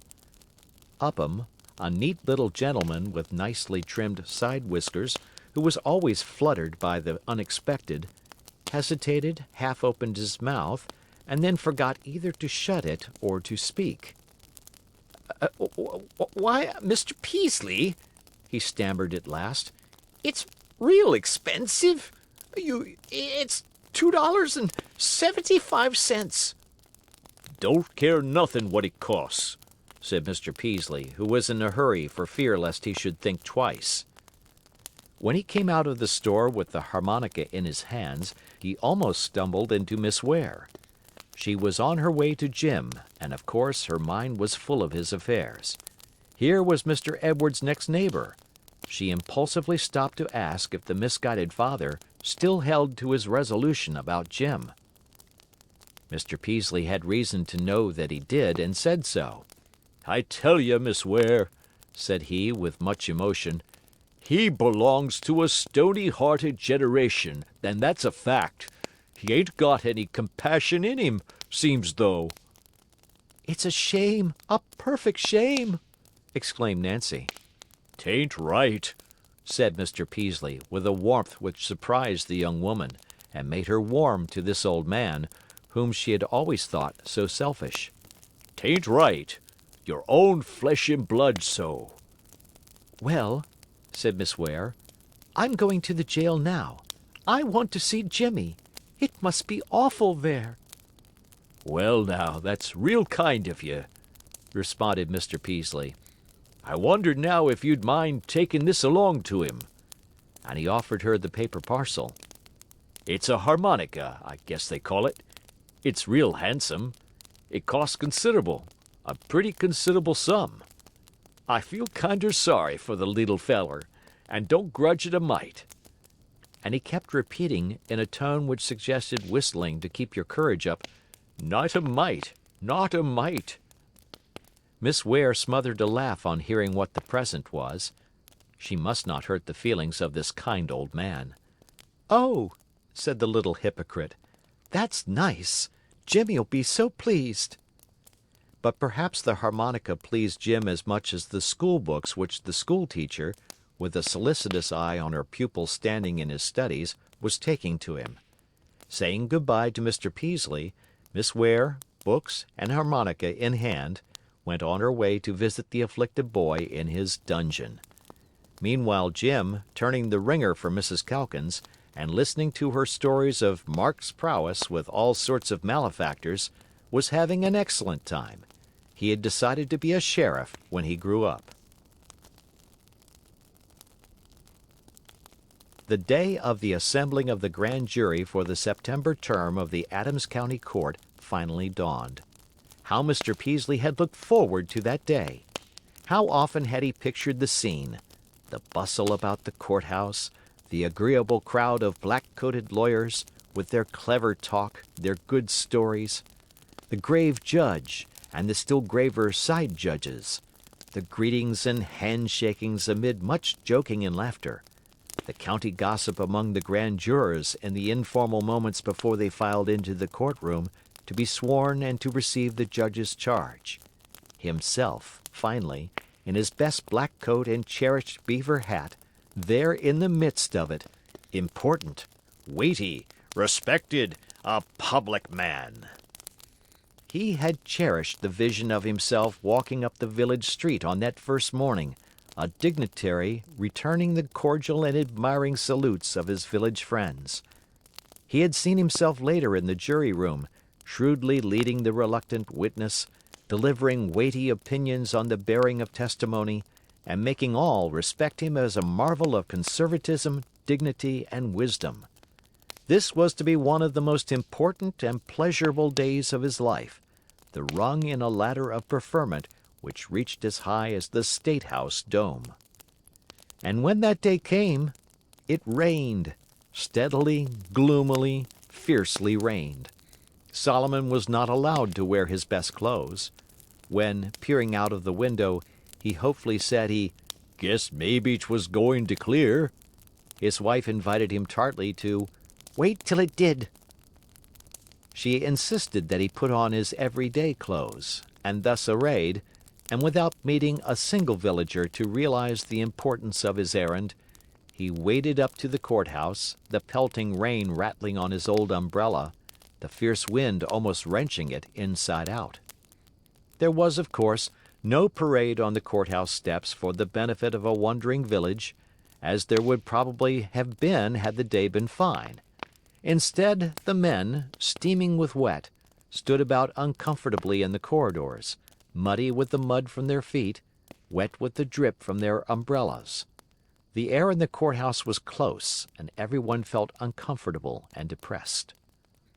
Mr. Peaslee, having greeted 3 or 4 men whom he knew, found himself jammed into a corner behind 4 or 5 jurors who were strangers to him, but he was too disheartened to try to scrape acquaintance with them. He felt lonely and helpless. He looked enviously over to the other end of the corridor, where Fred Farnsworth, Eben Sampson, and Albion Small were standing together. In contrast with the others, these men were laughing. Albion was considerable of a joker, Mr. Peaslee reflected gloomily. Then old Abijah Keith stormed in, and in his high, shrill voice began immediately to utter his unfavorable opinion of everything and everybody. Well, if he ain't here again, exclaimed in disgust Hiram Hopkins, one of the men in front of Solomon. Cantankerous old lummox in the whole state. Just lots on upsetting things. Abijah, he snorted. Can't Abijah, I call him. Mr. Peaslee shrank back into his corner nervously. He knew this old tyrant and dreaded him. Not much was done that first day. The clerk swore them, the judge charged them, and appointed the sensible, steady Sampson foreman. Then they retired to the jury room, a big, desolate place, wherein was a long, ink-spattered table surrounded by wooden armchairs and spittoons. The grand jurors seated themselves and were solemnly silent while John Page, the state's attorney, began the dull task of presenting cases. Mr. Peaslee found that he had nothing brilliant to say. As a matter of fact, his own troubles were making him see everything yellow. The jurymen did not seem to him as agreeable a lot as he had expected, and as for Page, he irritated Solomon beyond measure. Page was an able young man and a good lawyer, and was entitled to the position which he had attained so young. But, the son of a man of rather exceptional means, he had been educated at a city college, and had a sophistication which Solomon viewed with deep suspicion. Moreover, he discarded the garb which Mr. Peaslee regarded as sacred. He was not in black. Instead, he wore a light gray business suit, his collar was very knowing and cut, and his cravat of dark blue was caught with a gold pin. City-fied smart aleck, was Mr. Peaslee's characterization. To tell the truth, he mistrusted the man's ability, and was afraid of him. If that fellow knew, Mr. Peaslee felt it would go hard with him. Generally, Page was popular. Solomon had, of course, been painfully awake to every hint and intimation in regard to Jim's case. He had seen Jake Hibbard, that carrion crow of the law, loafing about the corridors, and the sight had made him shiver. He had next heard that Jim's case would be quickly called, probably on the next day, news producing a complex emotion, the elements of which he could not distinguish. Furthermore, a remark or so which he overheard indicated that the out-of-town men were inclined to take a harsh view of the matter. And reflecting on all these things, he paddled home through the depressing wet. And the next day it rained. More and more perturbed as the climax approached, Mr. Peaslee took his place in the jury room, and sat there with unhearing ears. He sat and thought and delivered battle with his conscience, which was growing painfully vigorous and aggressive. But, after all, perhaps they would not find a true bill, and then Jim would go free, and he could breathe again. Mr. Peaslee clung to the hope and hugged it. It was the one thing which gave him courage. "Gentlemen of the grand jury," suddenly he heard Page saying, "the next case for you to consider is that of James Edwards, aged 15, of Elmington, charged with assault, with intent to kill, upon one Peter Lamoury, also of Elmington." And he proceeded to read the complaint, which, in spite of the monotonous rapidity with which he rattled it off, scared Mr. Peaslee badly with its solemn-sounding legal phraseology. "Gentlemen," said Page, laying down the paper, "there was no eyewitness to the actual assault, and only 3 people have any personal knowledge of the event: Mr. Edwards, the defendant's father, the accused himself, and the complainant. Mr. Lamoury, his counsel tells me, is in no condition to appear. But I have here," lifting a paper, "his affidavit, properly executed, giving his version of the matter. The boy's father, however, is at hand. Probably the jury would like to question him." It seems to me," said Mr. Sampson, "that Mr. Edwards would be pretty apt to know the rights of it, if he's willing to talk. I guess we'd better hear him." The state's attorney stepped to the door. "This way, please," he called, and Mr. Edwards entered the room. Farnsworth and Peaslee both studied the man's face closely, although for very different reasons, and both found it sternly uncompromising. "Please take a chair, Mr. Edwards," said Page, and in a swift glance rapidly estimated the man. "Here's someone who won't lie," he thought, impressed. "Now," he resumed, "will you kindly tell the members of the grand jury what you know of the case?" Mr. Edwards cleared his throat painfully. Determined as he was to let his rebellious boy take whatever punishment his mistaken course might bring, he now began to wish that the punishment would be light. His confidence that Jim needed only to be pushed a little to confess was somewhat shaken, and the charge was really serious. He felt a desire to explain, to palliate, to minimize. "Gentlemen," he said, "my boy's always been a good boy. I can't believe that he meant to hurt Lamoury or anyone else. It must have been some accident." "Facts, please," said Page crisply. Mr. Peaslee caught his breath indignantly. He had been entirely in sympathy with Mr. Edwards' soft mode of approaching a story. Page seemed to him unfeeling. "I will answer any questions," said Mr. Edwards, stiffening. "Did you hear any shot fired?" began Page. "Yes." "Where were you?" "I was asleep in the room above Jim's." "Was Jim in his room?" "I suppose so." "You suppose so. Don't you know?" "No, I don't know." "But to the best of your knowledge and belief he was there?" "Yes." "And the shot waked you?" "Yes." "What did you do on hearing the shot?" "I jumped to the window." "Tell what you saw, please." "I saw a man fall in the orchard, and hurried out to see if he was hurt, but he was gone when I got there." "Then what?" "I went to speak to Jim." "He was in his room, then, immediately after the shot?" "Yes." "Ah, and when you spoke to him, did he admit firing the shot?" "No." "Did he deny it?" "Yes." "Where was his gun?" "In the rack over the mantel."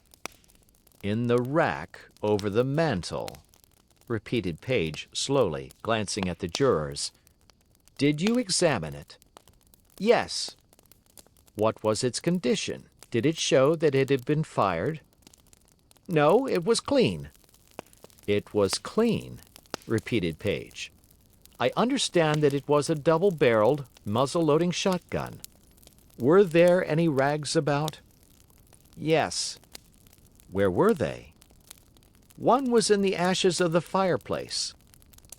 "Look as if someone had tried to hide it?"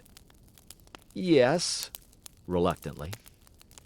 "If it was that sort of gun, there must have been a shot pouch and powder flask. Where were they?" "In the drawer where Jim keeps them." "Everything looked then as if no shot had been fired?" "Yes." "Was there anyone besides yourself and your son in the house?" "No." "Your housekeeper?" "She had stepped out." "To the best of your knowledge, then, there was no one about to fire the shot except your son?" "No." "That will do," said Page with an accent of finality. That is," he added with the air of one who observes a courteous form, "unless some of the grand jurors wish to ask a question." There were various things which were new to Mr. Peaslee in this testimony. He had supposed that Jim had been picked as the guilty person by a process of mere exclusion. He had had no idea that the case against him was so strong. How had the boy got to the room so soon after he himself had left? And why had he gone there? And why had he cleaned the shotgun? The grand jury must believe in his guilt. And when the case came to trial, what could Jim say to clear himself? It was going hard with the boy. Mr. Peaslee's mouth grew dry, his palms moist. He moved uneasily in his chair. Once or twice he felt sure that the next instant he would find himself on his feet, but the minutes passed and he still was seated. And Farnsworth, anxious, for the sake of his betrothed Miss Ware, to help Jim, was nonplussed. There were two possible explanations of Jim's cleaning the gun, if he did clean it. The first, that Jim was protecting himself. The second, that he was shielding someone else. But the second theory seemed quite untenable. Farnsworth had made some cautious but well-directed inquiries about Mr. Edwards, and had satisfied himself that the rumors about his smuggling were nothing but malicious gossip. There was not a man of greater honesty in the state. The boy must have done the shooting. Miss Ware would have to give it up. Still, he would hazard a question. "Mr. Edwards," he said, "Lamoury worked for you once, didn't he?" "Yes." "You quarreled, didn't you?" "I discharged him for intemperance." "There was no bad blood?" "Lamoury was angry, I believe." Farnsworth stopped. There was nothing to be gained by this course of questioning in the way of clearing Jim. Of course, later, the point that Lamoury had a grudge against the family might have importance, although he could not see just how. Someone else surely heard that gunshot. It was incredible that the neighborhood should be so deserted. If only there were another witness. The other jurors had no questions. They were, to tell the truth, a little impatient. It was near the dinner hour, and they were hungry. The case seemed perfectly plain to them. It was not likely, they argued, that the boy's father could be mistaken. "You may go," said Page to Mr. Edwards. "I don't see," he began when the witness had left the room, "any need for our going further into this case. Whatever we may think of the animus of the complainant, I take it that that was what you wished to bring out, Mr. Farnsworth. There seems to be no question but that the boy fired the shot. The presumption seems strong also that he intended to hit. Were there any accident or any good excuse, the boy could, of course, have no motive not to tell it. I suggest that a true bill be found at once, and that we proceed to more important matters. I want to remind you that we have a great deal of work before us." "Well, gentlemen," said Sampson, "I guess we're pretty much of a mind about this. If no one has any objections, I guess we'll call it a vote." He looked round. "As we're all agreed," he began. "Just a moment, Sampson," suddenly exclaimed Farnsworth. It had just then flashed over him that Mr. Peaslee, the kind Mr. Peaslee, who gave Jim knives and harmonicas, was next-door neighbor to the Edwardses. If he had been at home when the shot was fired, he must have heard it, and he might have seen some significant thing which questioning might bring out. Of course, if Peaslee had seen anything, he would have spoken, but he might have overlooked the importance of some fact or other. "Just a moment, Sampson," he said, and put up his hand. Then he swung sharply in his chair and put the question. "Peaslee, where were you when that shot was fired?" "Peaslee, where were you when that shot was fired?" asked Farnsworth, and as he spoke he turned and looked toward Solomon, whose seat was some 3 or 4 places to his left, on the same side of the table. Had the question not been uttered, it would have died upon his lips, so much surprised was he at what he saw. Mr. Peaslee, white and trembling with some strong emotion, had his hands upon the table and was raising himself, slowly and painfully, to his feet. He rolled his eyes, which looked bigger and more pathetic than ever behind his glasses, toward Farnsworth at the sound of his voice, but the young man knew instinctively that Solomon, moved by some strong idea of his own, had not grasped the question. "Gentlemen," Mr. Peaslee began in shaky tones, "I guess I got a word to say, afore you find a true bill agin that little feller. He's as peaceable a boy as ever I saw, and I guess I can't let him stay all bolted and barred into no jail, when it don't need anything but my say-so to get him out. You see, gentlemen," Solomon paused, moistened his dry mouth, and cast a timorous look over the puzzled faces of the jurymen, "you see, it 'twas me that shot Lamoury." Not a sound came from the grand jury. The members sat and stared at him in blank wonder, hardly able to credit their ears. Page, the state's attorney, who was making some notes at the time, held his pen for a good half-minute part way between his paper and the inkstand while he gazed in astonishment at Peaslee. To have a grand juror, a sober, respectable man, rise in the jury room and confess that he is the real offender in a case under consideration is not usual. The surprise was absolute. For Farnsworth it was more than a surprise. It was a relief. Then his betrothed had been right. Jim had not fired the shot. He felt a glow of admiration for Nancy's sure intuition and loyalty to her pupil.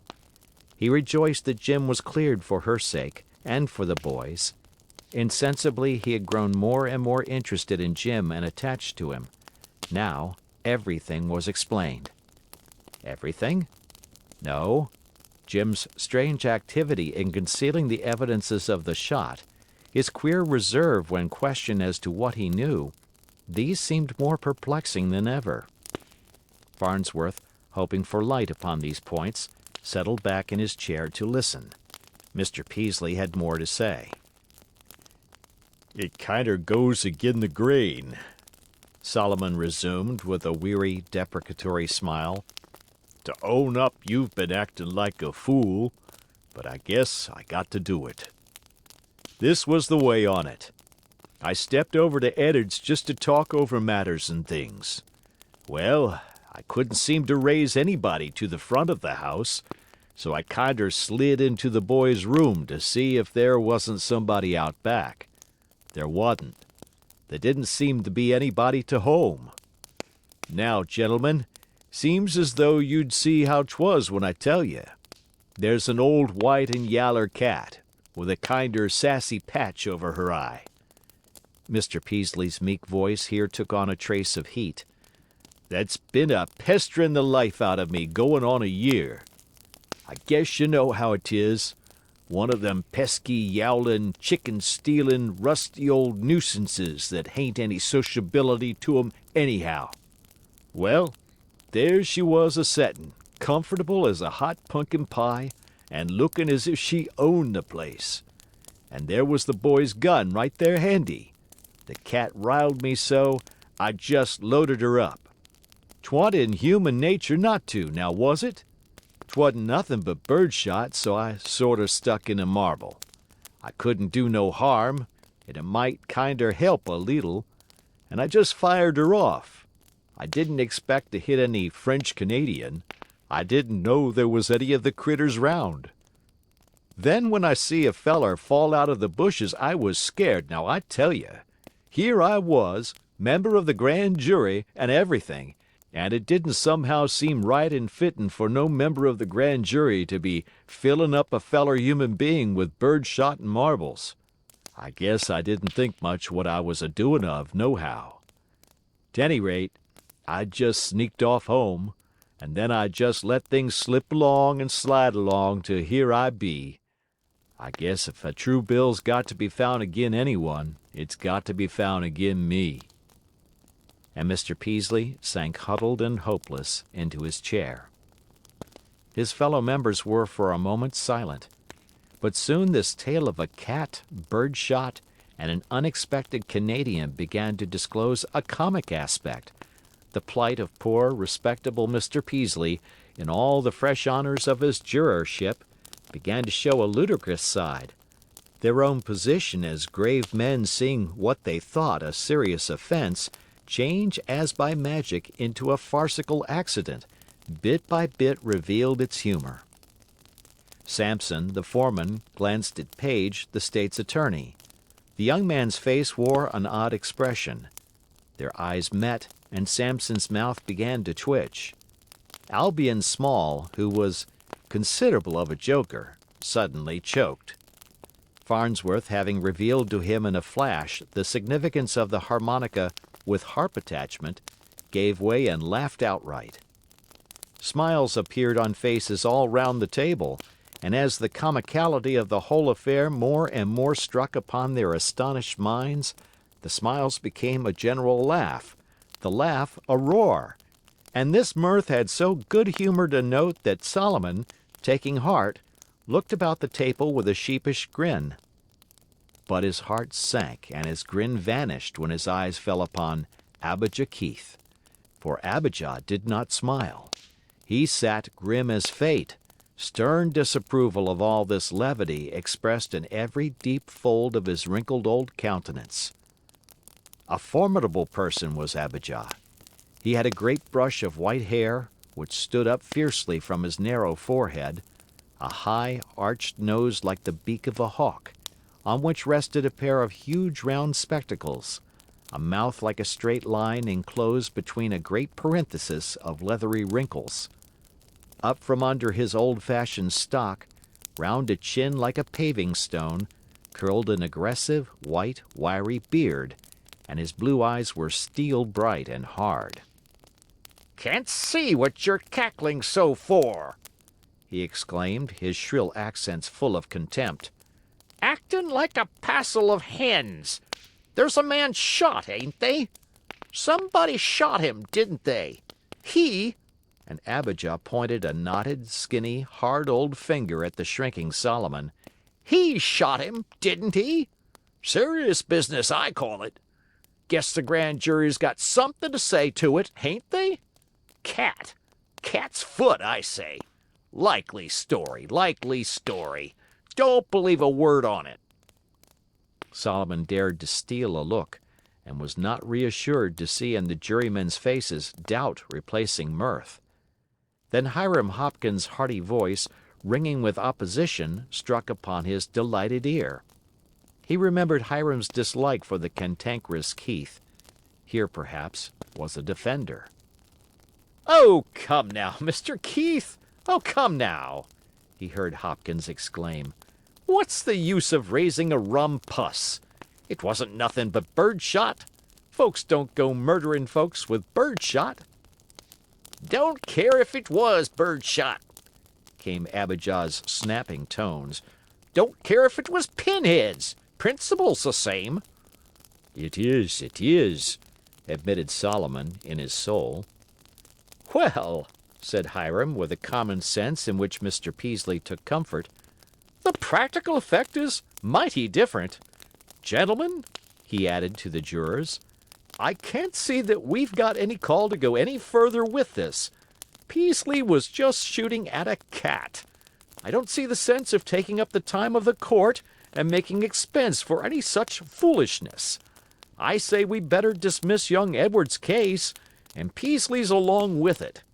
It's such fool doings, I think we'd better, if only to keep folks from laughing at the grand jury."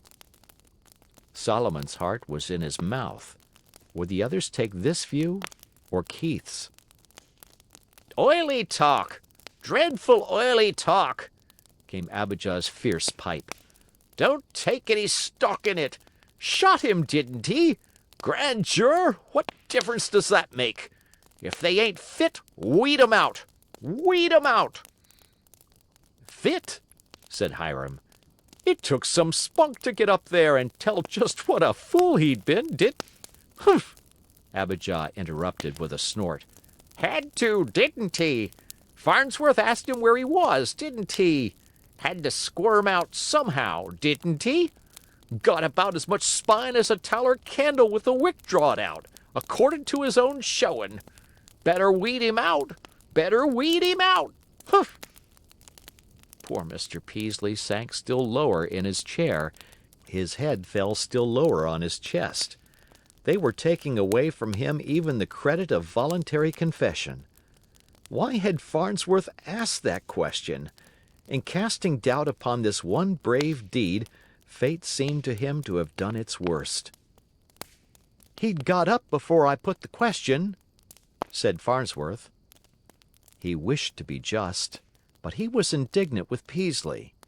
After his first laughter, his thoughts had dwelt upon the trouble that Solomon had brought upon the innocent Jim.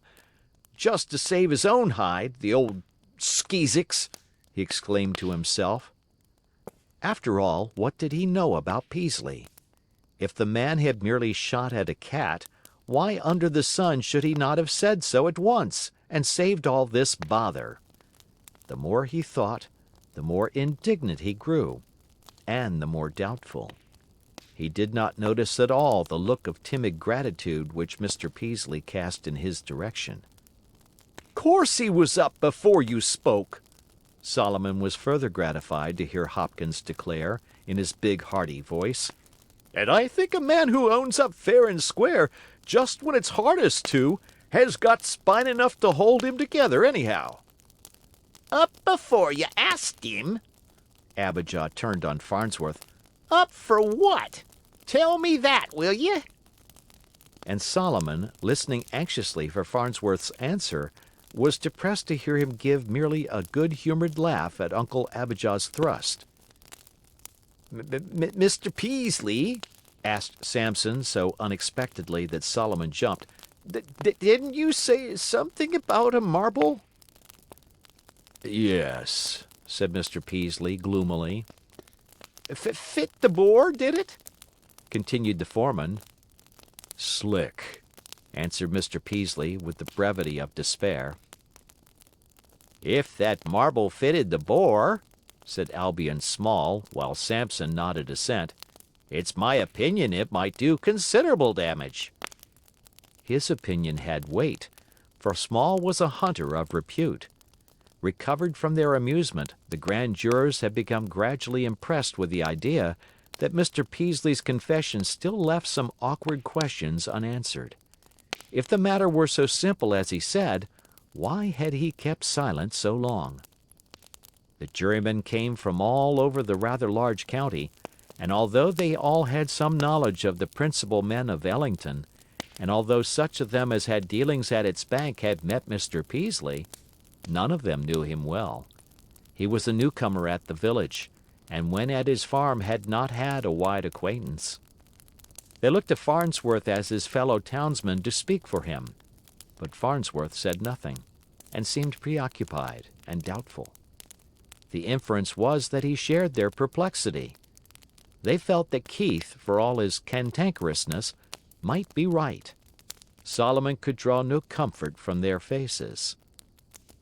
All this while Paige had been playing with his watch chain and watching Abijah, whose character he appreciated, with discreet amusement, but he found himself in essential agreement with the peppery old fellow. "Ask the state's attorney, why don't you?" put in Keith impatiently. "He'll tell you I've got the rights on it. Ain't afraid, be you?"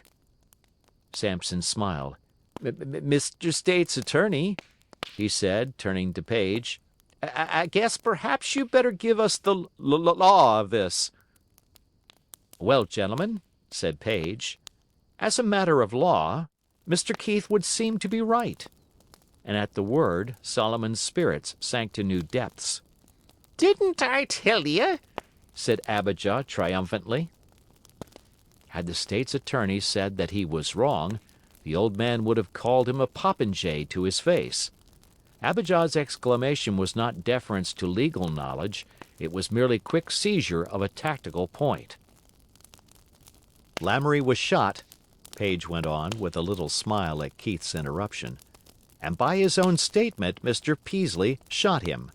On his own admission, his gun was dangerously loaded. Although a boy, a neighbor's son, was charged, through his act, with a serious offense against the laws, he made no confession. And when at last he did speak, it is at least open to debate whether he did it of his own volition or because he was forced to do so by the embarrassing question put to him by one of your number. I don't impugn his veracity, but I am bound to remark that he is an interested witness. All this is a question of fact for you to consider. I think you should know a little more. To determine if there was any motive, you need to know if there was any bad blood between Mr. Peaslee and Lamoury. To find an indictment to fit the case, you need to know how badly Lamoury is hurt.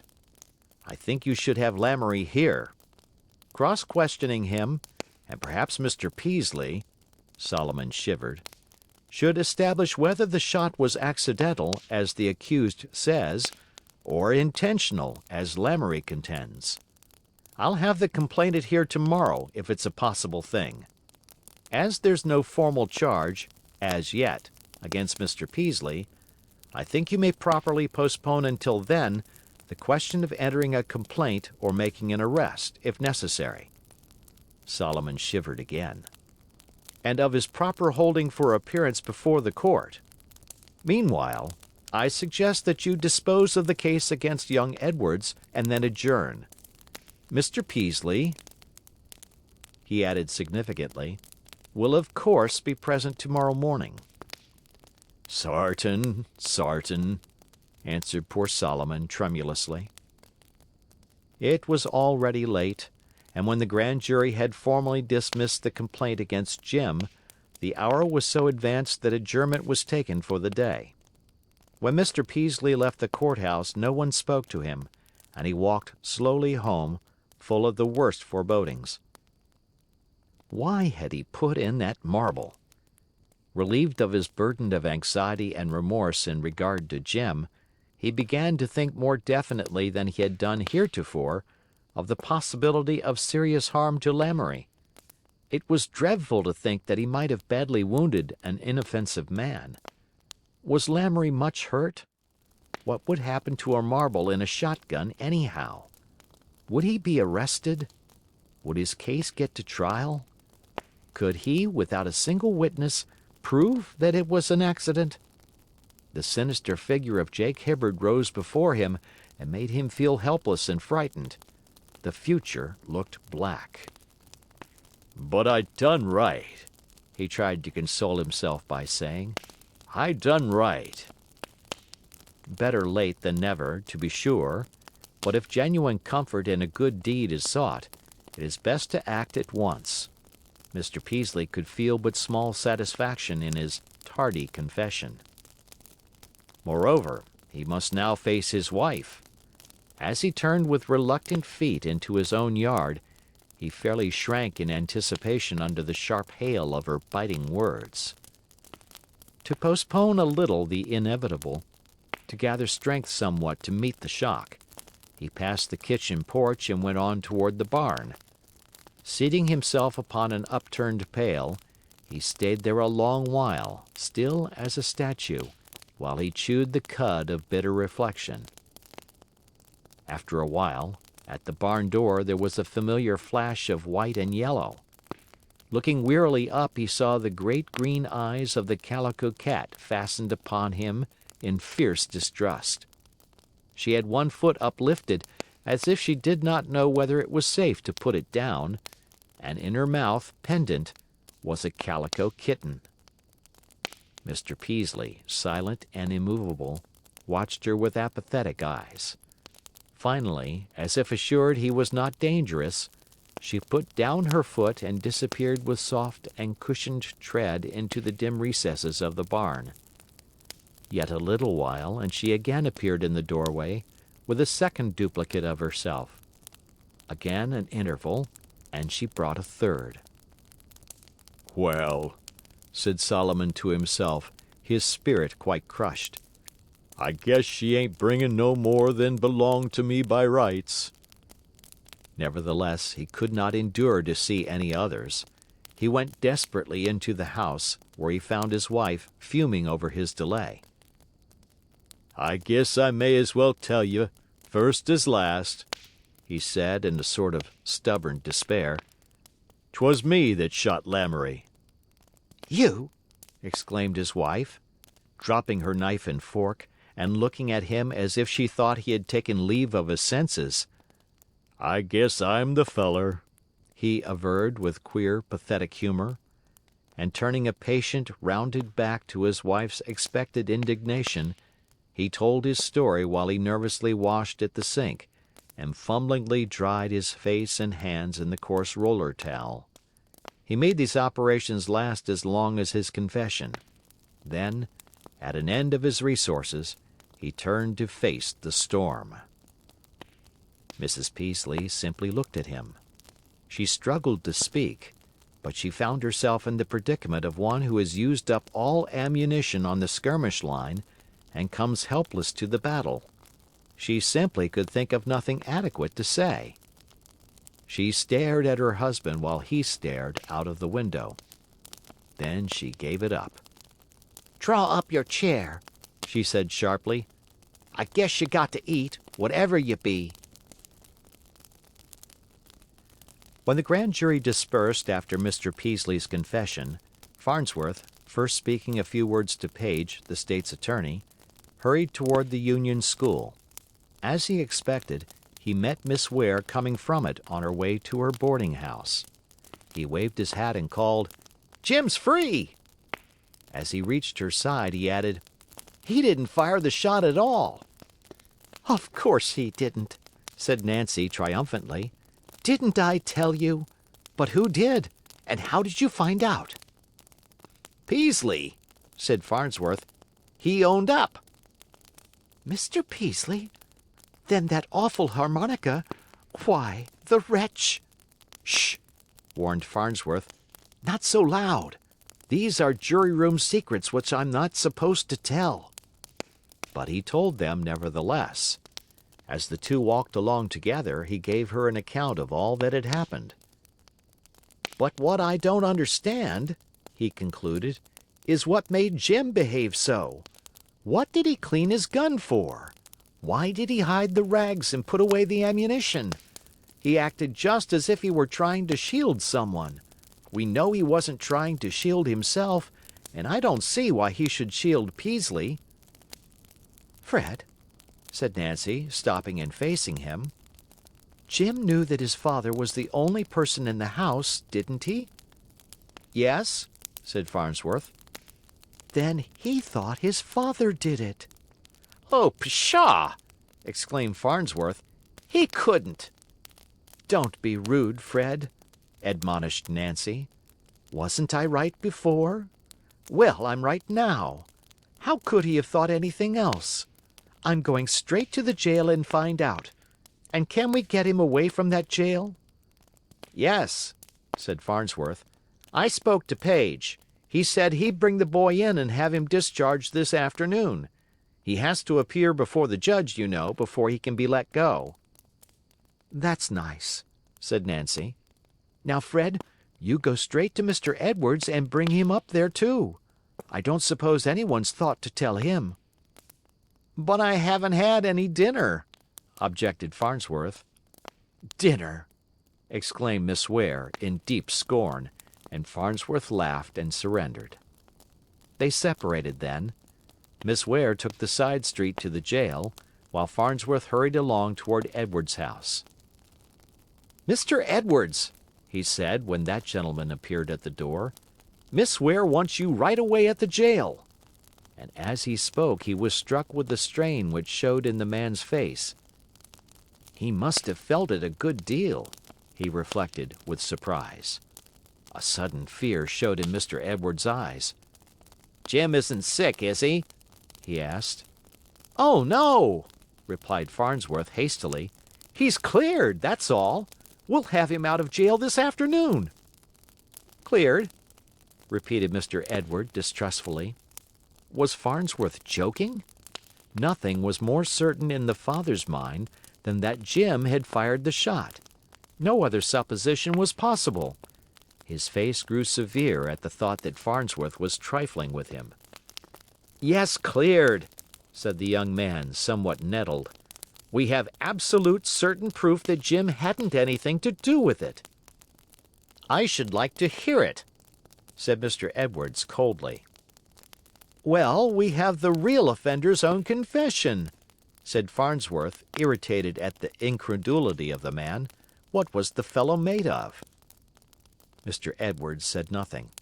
He turned and got his hat, and walked with Farnsworth up the street the half-mile to the jail. His face was impassive, but his movements had a new alertness, and Farnsworth noted that he had to walk painfully fast to keep up with this much older man. Edwards, in spite of his cold exterior, was a man of strong feeling, and there was, in fact, a deep joy and a deep regret at his heart. He knew with thankfulness that he had a truthful and courageous son. He saw with passionate self-reproach that he had done the boy a great injustice. But why? Why had Jim cleaned the gun? Farnsworth, little guessing the turmoil in the heart of the grave man by his side, was wondering if, after all, Miss Ware could be right in thinking that Jim had sacrificed himself for this unfeeling parent. If she is right, he reflected, thinking how harsh had been the father's treatment of the boy, what a little brick Jim is! He had a very human desire to present this view and prick this automaton into some show of life. "Mr. Edwards," he said suddenly, "Jim knew, didn't he, that you were the only person besides himself at home?" "I suppose so." "Does it occur to you that he may have thought you did the shooting?" "That can't be so," said Mr. Edwards, but there was a note of shocked concern, of dismay, in his tone which satisfied Farnsworth, and again he thought more kindly of his companion. And Mr. Edwards was stirred by the unexpected question. After all, he thought, since Jim was not trying to shield himself, whom else could he wish to shield?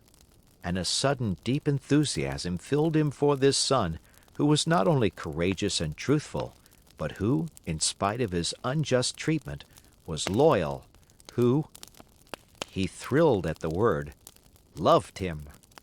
But no, it was not possible. How could his son have thought that he could accuse his boy of what he had done himself? And upon this doubt, he found himself with a quickened pulse at the door of the jail. Farnsworth rang the bell. Soon they stood in Mrs. Calkins's sitting room, facing Jim and Nancy. And then Miss Ware caught Farnsworth by the arm and drew him quickly into the hall and shut the door behind her. "I'm certain," she whispered breathlessly. "When I told Jim first, he wasn't glad at all, until I managed to let him know his father wasn't arrested. Oh, Fred, that boy's a little trump." Meanwhile, in Mrs. Calkins's sitting room, father and son faced each other, and it would be hard to say which of the two was the more embarrassed. But certain questions burned on Mr. Edwards' lips. "Jim," he said with anxious emotion, "did you think that I shot Lamoury?" "Yes, sir," said Jim. "But why, my boy? Why should I want to shoot him?" "Lamoury had been telling," said Jim, highly embarrassed. "Telling?" said his father in perplexity. "Yes, sir," said Jim. You know, about your being a smuggler?" Much astonished, Mr. Edwards pushed his questions, and soon came to know the depth and breadth of his boy's misconception. "Then," he said finally, "when I accused you of having fired the shot, you thought I had to do so to avoid an arrest which would be serious for me. Is that it?" "Yes, sir."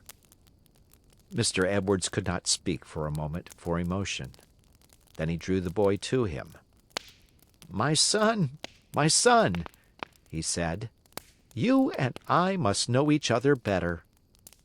And by the same token, Jim realized that his father was proud of him and loved him. It was new and sweet. He felt a little foolish, but very happy. "Jim," his father said huskily, "would you like a new breech loader?" And then Jim was happier still. Those were reluctant feet which dragged Mr. Peaslee the next morning to the jury room.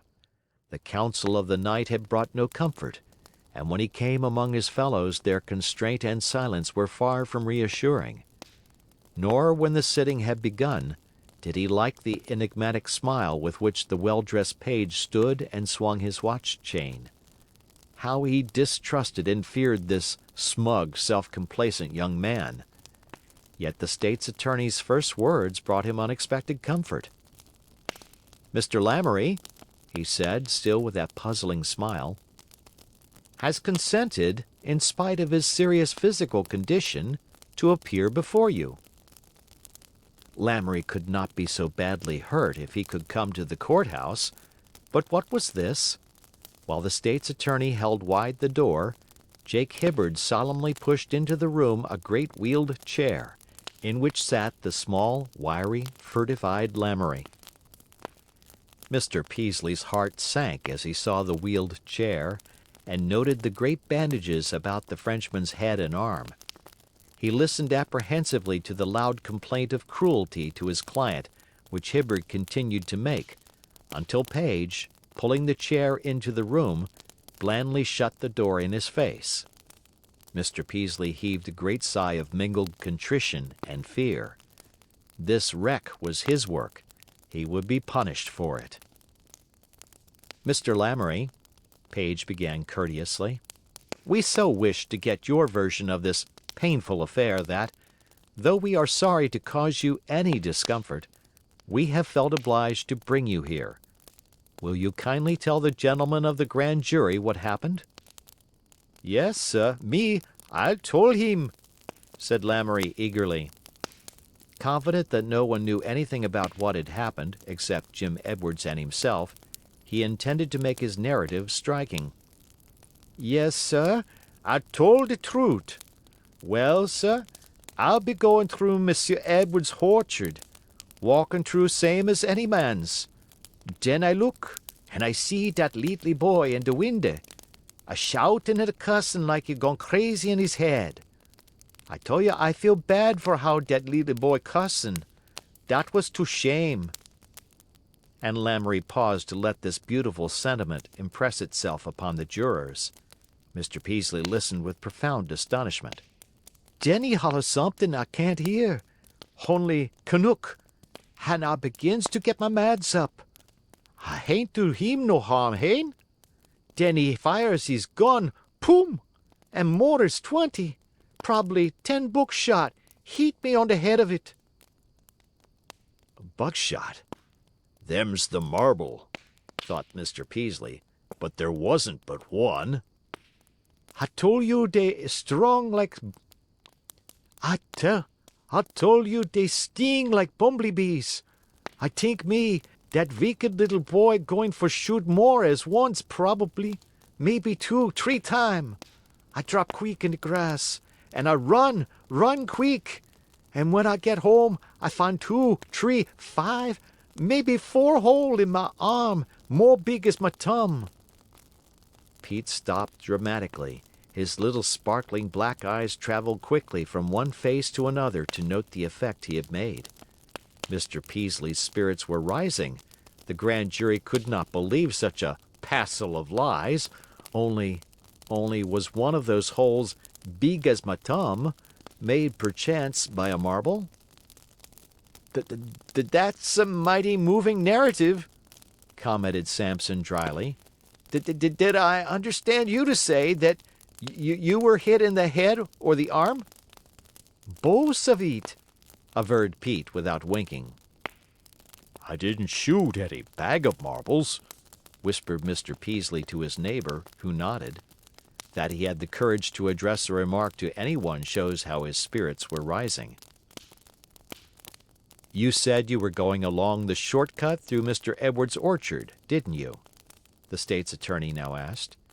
"Yes, sir," said Pete. Page stepped to a big blackboard, which he had had set up at the end of the room, and rapidly sketched a plan of the Edwards lot, with the aid of a memorandum of measurements which he had secured. A line across the upper left-hand corner represented the path commonly used by the neighbors in going through the Edwards orchard. "Now, Mr. Lamoury," resumed Page, "I don't quite understand how, if you were on the path there, you could have seen young Edwards or he you. The barn seems to be in the way until just at the right-hand end, and when you get to that, you'd have to look through about 10 rows of apple trees. Now weren't you a little off the line?" "Damn!" exclaimed Pete ingenuously. "I'll was got for be, since I was shoot, ain't I? I can't remember." "Mr. Edwards told us," continued Page, while Solomon's heart warmed to him, "that he saw you fall out of some bushes. Now these are the only bushes there are," and he rapidly indicated on the board the rows of currant bushes, the asparagus, the sunflowers, and the lilacs which lined the garden on its right-hand corner. "That's a good way from the path." "I'll be there, me!" cried Pete, in indignant alarm. "No, sir. Monsieur Edwards say dat? Respectable mans like Monsieur Edwards. It was shameful lie so. No, sir. I go home to the orchard. Maybe I go a leetle way off the path of it, maybe for pick up apple off of the ground, what no one hain't want for rot of it. I don't remember. But I hain't go for hide in the bush. I'll be honest mans, me. I'll go for walk where all mans can see, hain't it? What I'll go hide for, me?" Page drew a square on Mr. Peaslee's side of the fence, directly opposite the bushes. "That," said he, "is Mr. Peaslee's henhouse," and he brushed the chalk from his fingers with an air of indifference. "So?" cried Pete, with an air of pleased surprise. "Monsieur Peaslee, he got henrouse? First time I was heard of it, me. Fine ting for him henrouse. Fine ting for Monsieur Peaslee.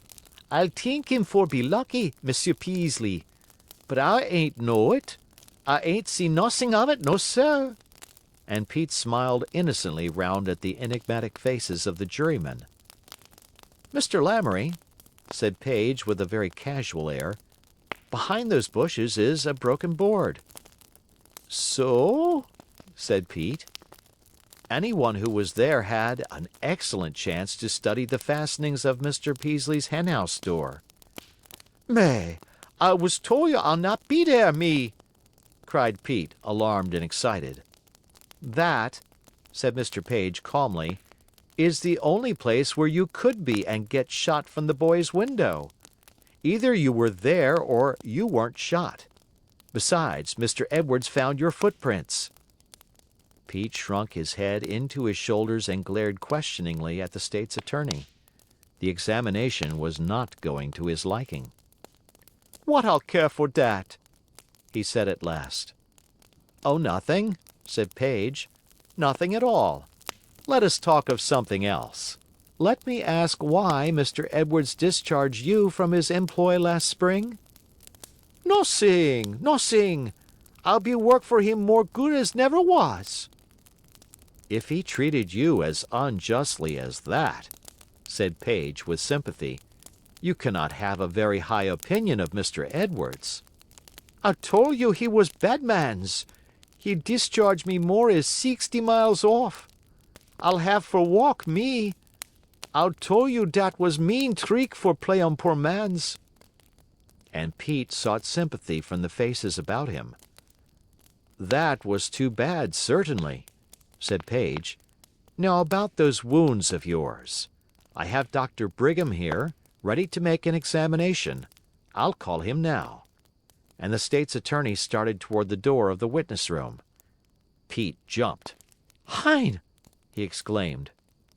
"You don't object to having an excellent doctor like Dr. Brigham look at your wounds, do you?" asked Page. Now Lamoury had no wounds to show. The smiling, well-dressed Page, standing there and looking at him with amused comprehension, was more than he could bear. Pete suddenly lost his temper, never too secure. Out of his wheeled chair he jumped, and shaking his fist in Page's face, he shouted, "Tink you be smart, very smart mans. Well, I tole you you hain't. I tole you you be a great big pig. I tole you dat Edwards boy, he shoot at me. I see him. Tain't my fault of it if he not hit me, hein? You be pig. You be all pigs, every one." And Pete, making a wide, inclusive gesture, shouted, "I care not more as 1 cent for the whole kit and caboodle of it. Pig, pig, pig." And turning on his heel, the wrathful Frenchman left the room. He left also a convulsed jury and a wheeled chair, for the hire of which Hibbard found himself later obliged to pay. Mr. Peaslee, the thermometer of whose spirits had been rising steadily, joined in the laughter which followed the exit of the discomfited Pete. Terrible smart fella, Page, ain't he? Said he to Albion Small. Did him up real slick, didn't he? The delighted Solomon had quite forgotten his dislike for the citified Page. Of course, the grand jury promptly abandoned the inquiry. The fact was now obvious that the vengeful Lamoury, aided by the unscrupulous Hibbard, had merely hoped to be bought off by Mr. Edwards and had been disappointed. The case, said Page, would never have come to trial. If Edwards had persisted and let his boy go to court, they'd have had to stop. They must have been a good deal disappointed when he refused bail. They probably thought he'd never let the boy pass a night in Hotel Calkins. Mr. Peaslee walked home sobered but relieved. The loss of public esteem which had come to him through his foolish adventure, the serious wrong which he had inflicted upon Jim Edwards, the disgust of his wife were all things to chasten a man's spirit. But on the other hand, Jim was now out of jail, Lamoury had not been hurt in the least, and he himself had not been complained of or arrested. If he should have to endure some chaffing from Jim Bartlett and Si Spooner, his cronies at the bank, he guessed he could stand it. On the whole, he was moderately happy. The sun was low in the west, and the trees were casting long shadows across his yard, brightly spattered with the red and yellow of autumnal leaves. His house, white and neat and comfortable, seemed basking like some still, somnolent animal in the warm sunshine. Solomon turned and cast his eye down the road and over the random river, flowing smooth and peaceful through its great oxbow. He recognized Danny Snow, scuffling through the dust with his bare feet, as he drove home his father's great, placid, full-uddered cow. The comfort of the scene, the cozy pleasantness of the place among the close-coming hills, struck him in his relieved mood as it had never done before. Even though disappointed in political ambition, a man might live there in some content. After all, he had $30,000, and it had been calmly drawing interest through all his tribulations. Consoled by this reflection, he walked to the rear of his house and began pottering about the chicken yard. Then in the Edwards garden appeared Jim. Solomon gave a slight start, and took a hesitating step or two, as if minded to flee, but restrained by shame. He watched the boy come to the fence and climb upon it. He said nothing. He could not think of anything to say. "That harmonica was fine," said Jim, grinning amiably. Mr. Peaslee was immensely relieved.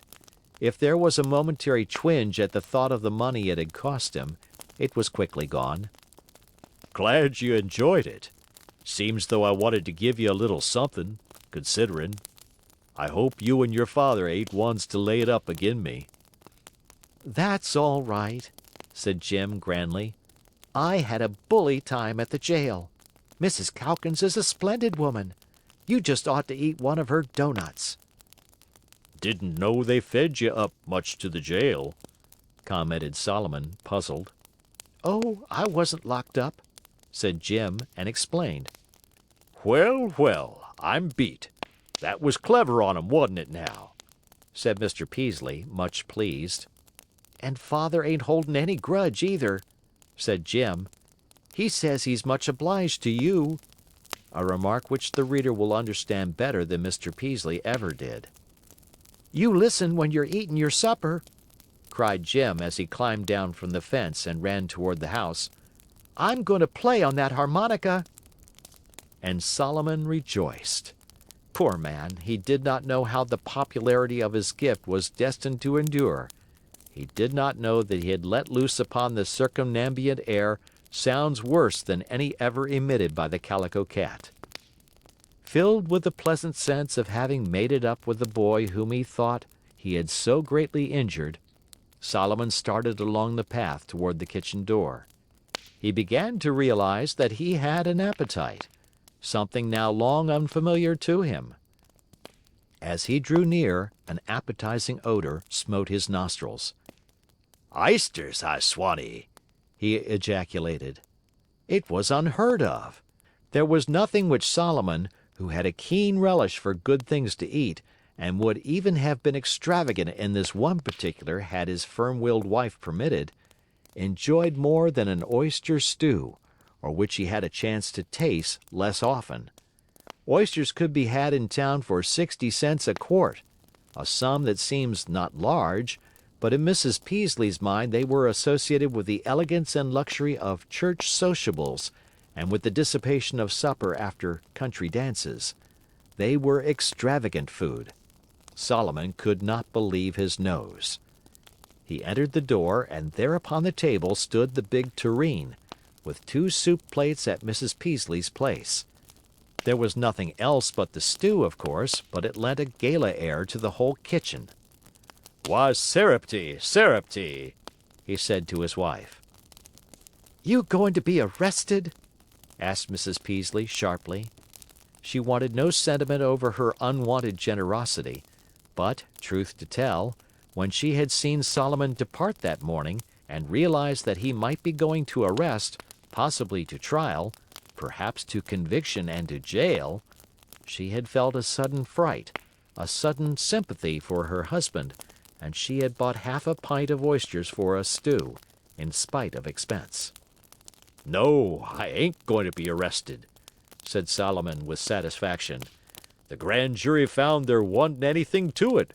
But Sarepty—" He paused helplessly, unable to express his complex feelings about the stew and the attitude on the part of his wife which it revealed. Oh, well, said his wife. After all, 'tain't as if you'd gone and lost money. And after supper Mr. Peaslee carefully poured some skimmed milk into a saucer and went out to the barn. "Kitty, kitty," he called. "Kitty, come kitty." The Calico Cat did not respond. But in the morning, the saucer was empty.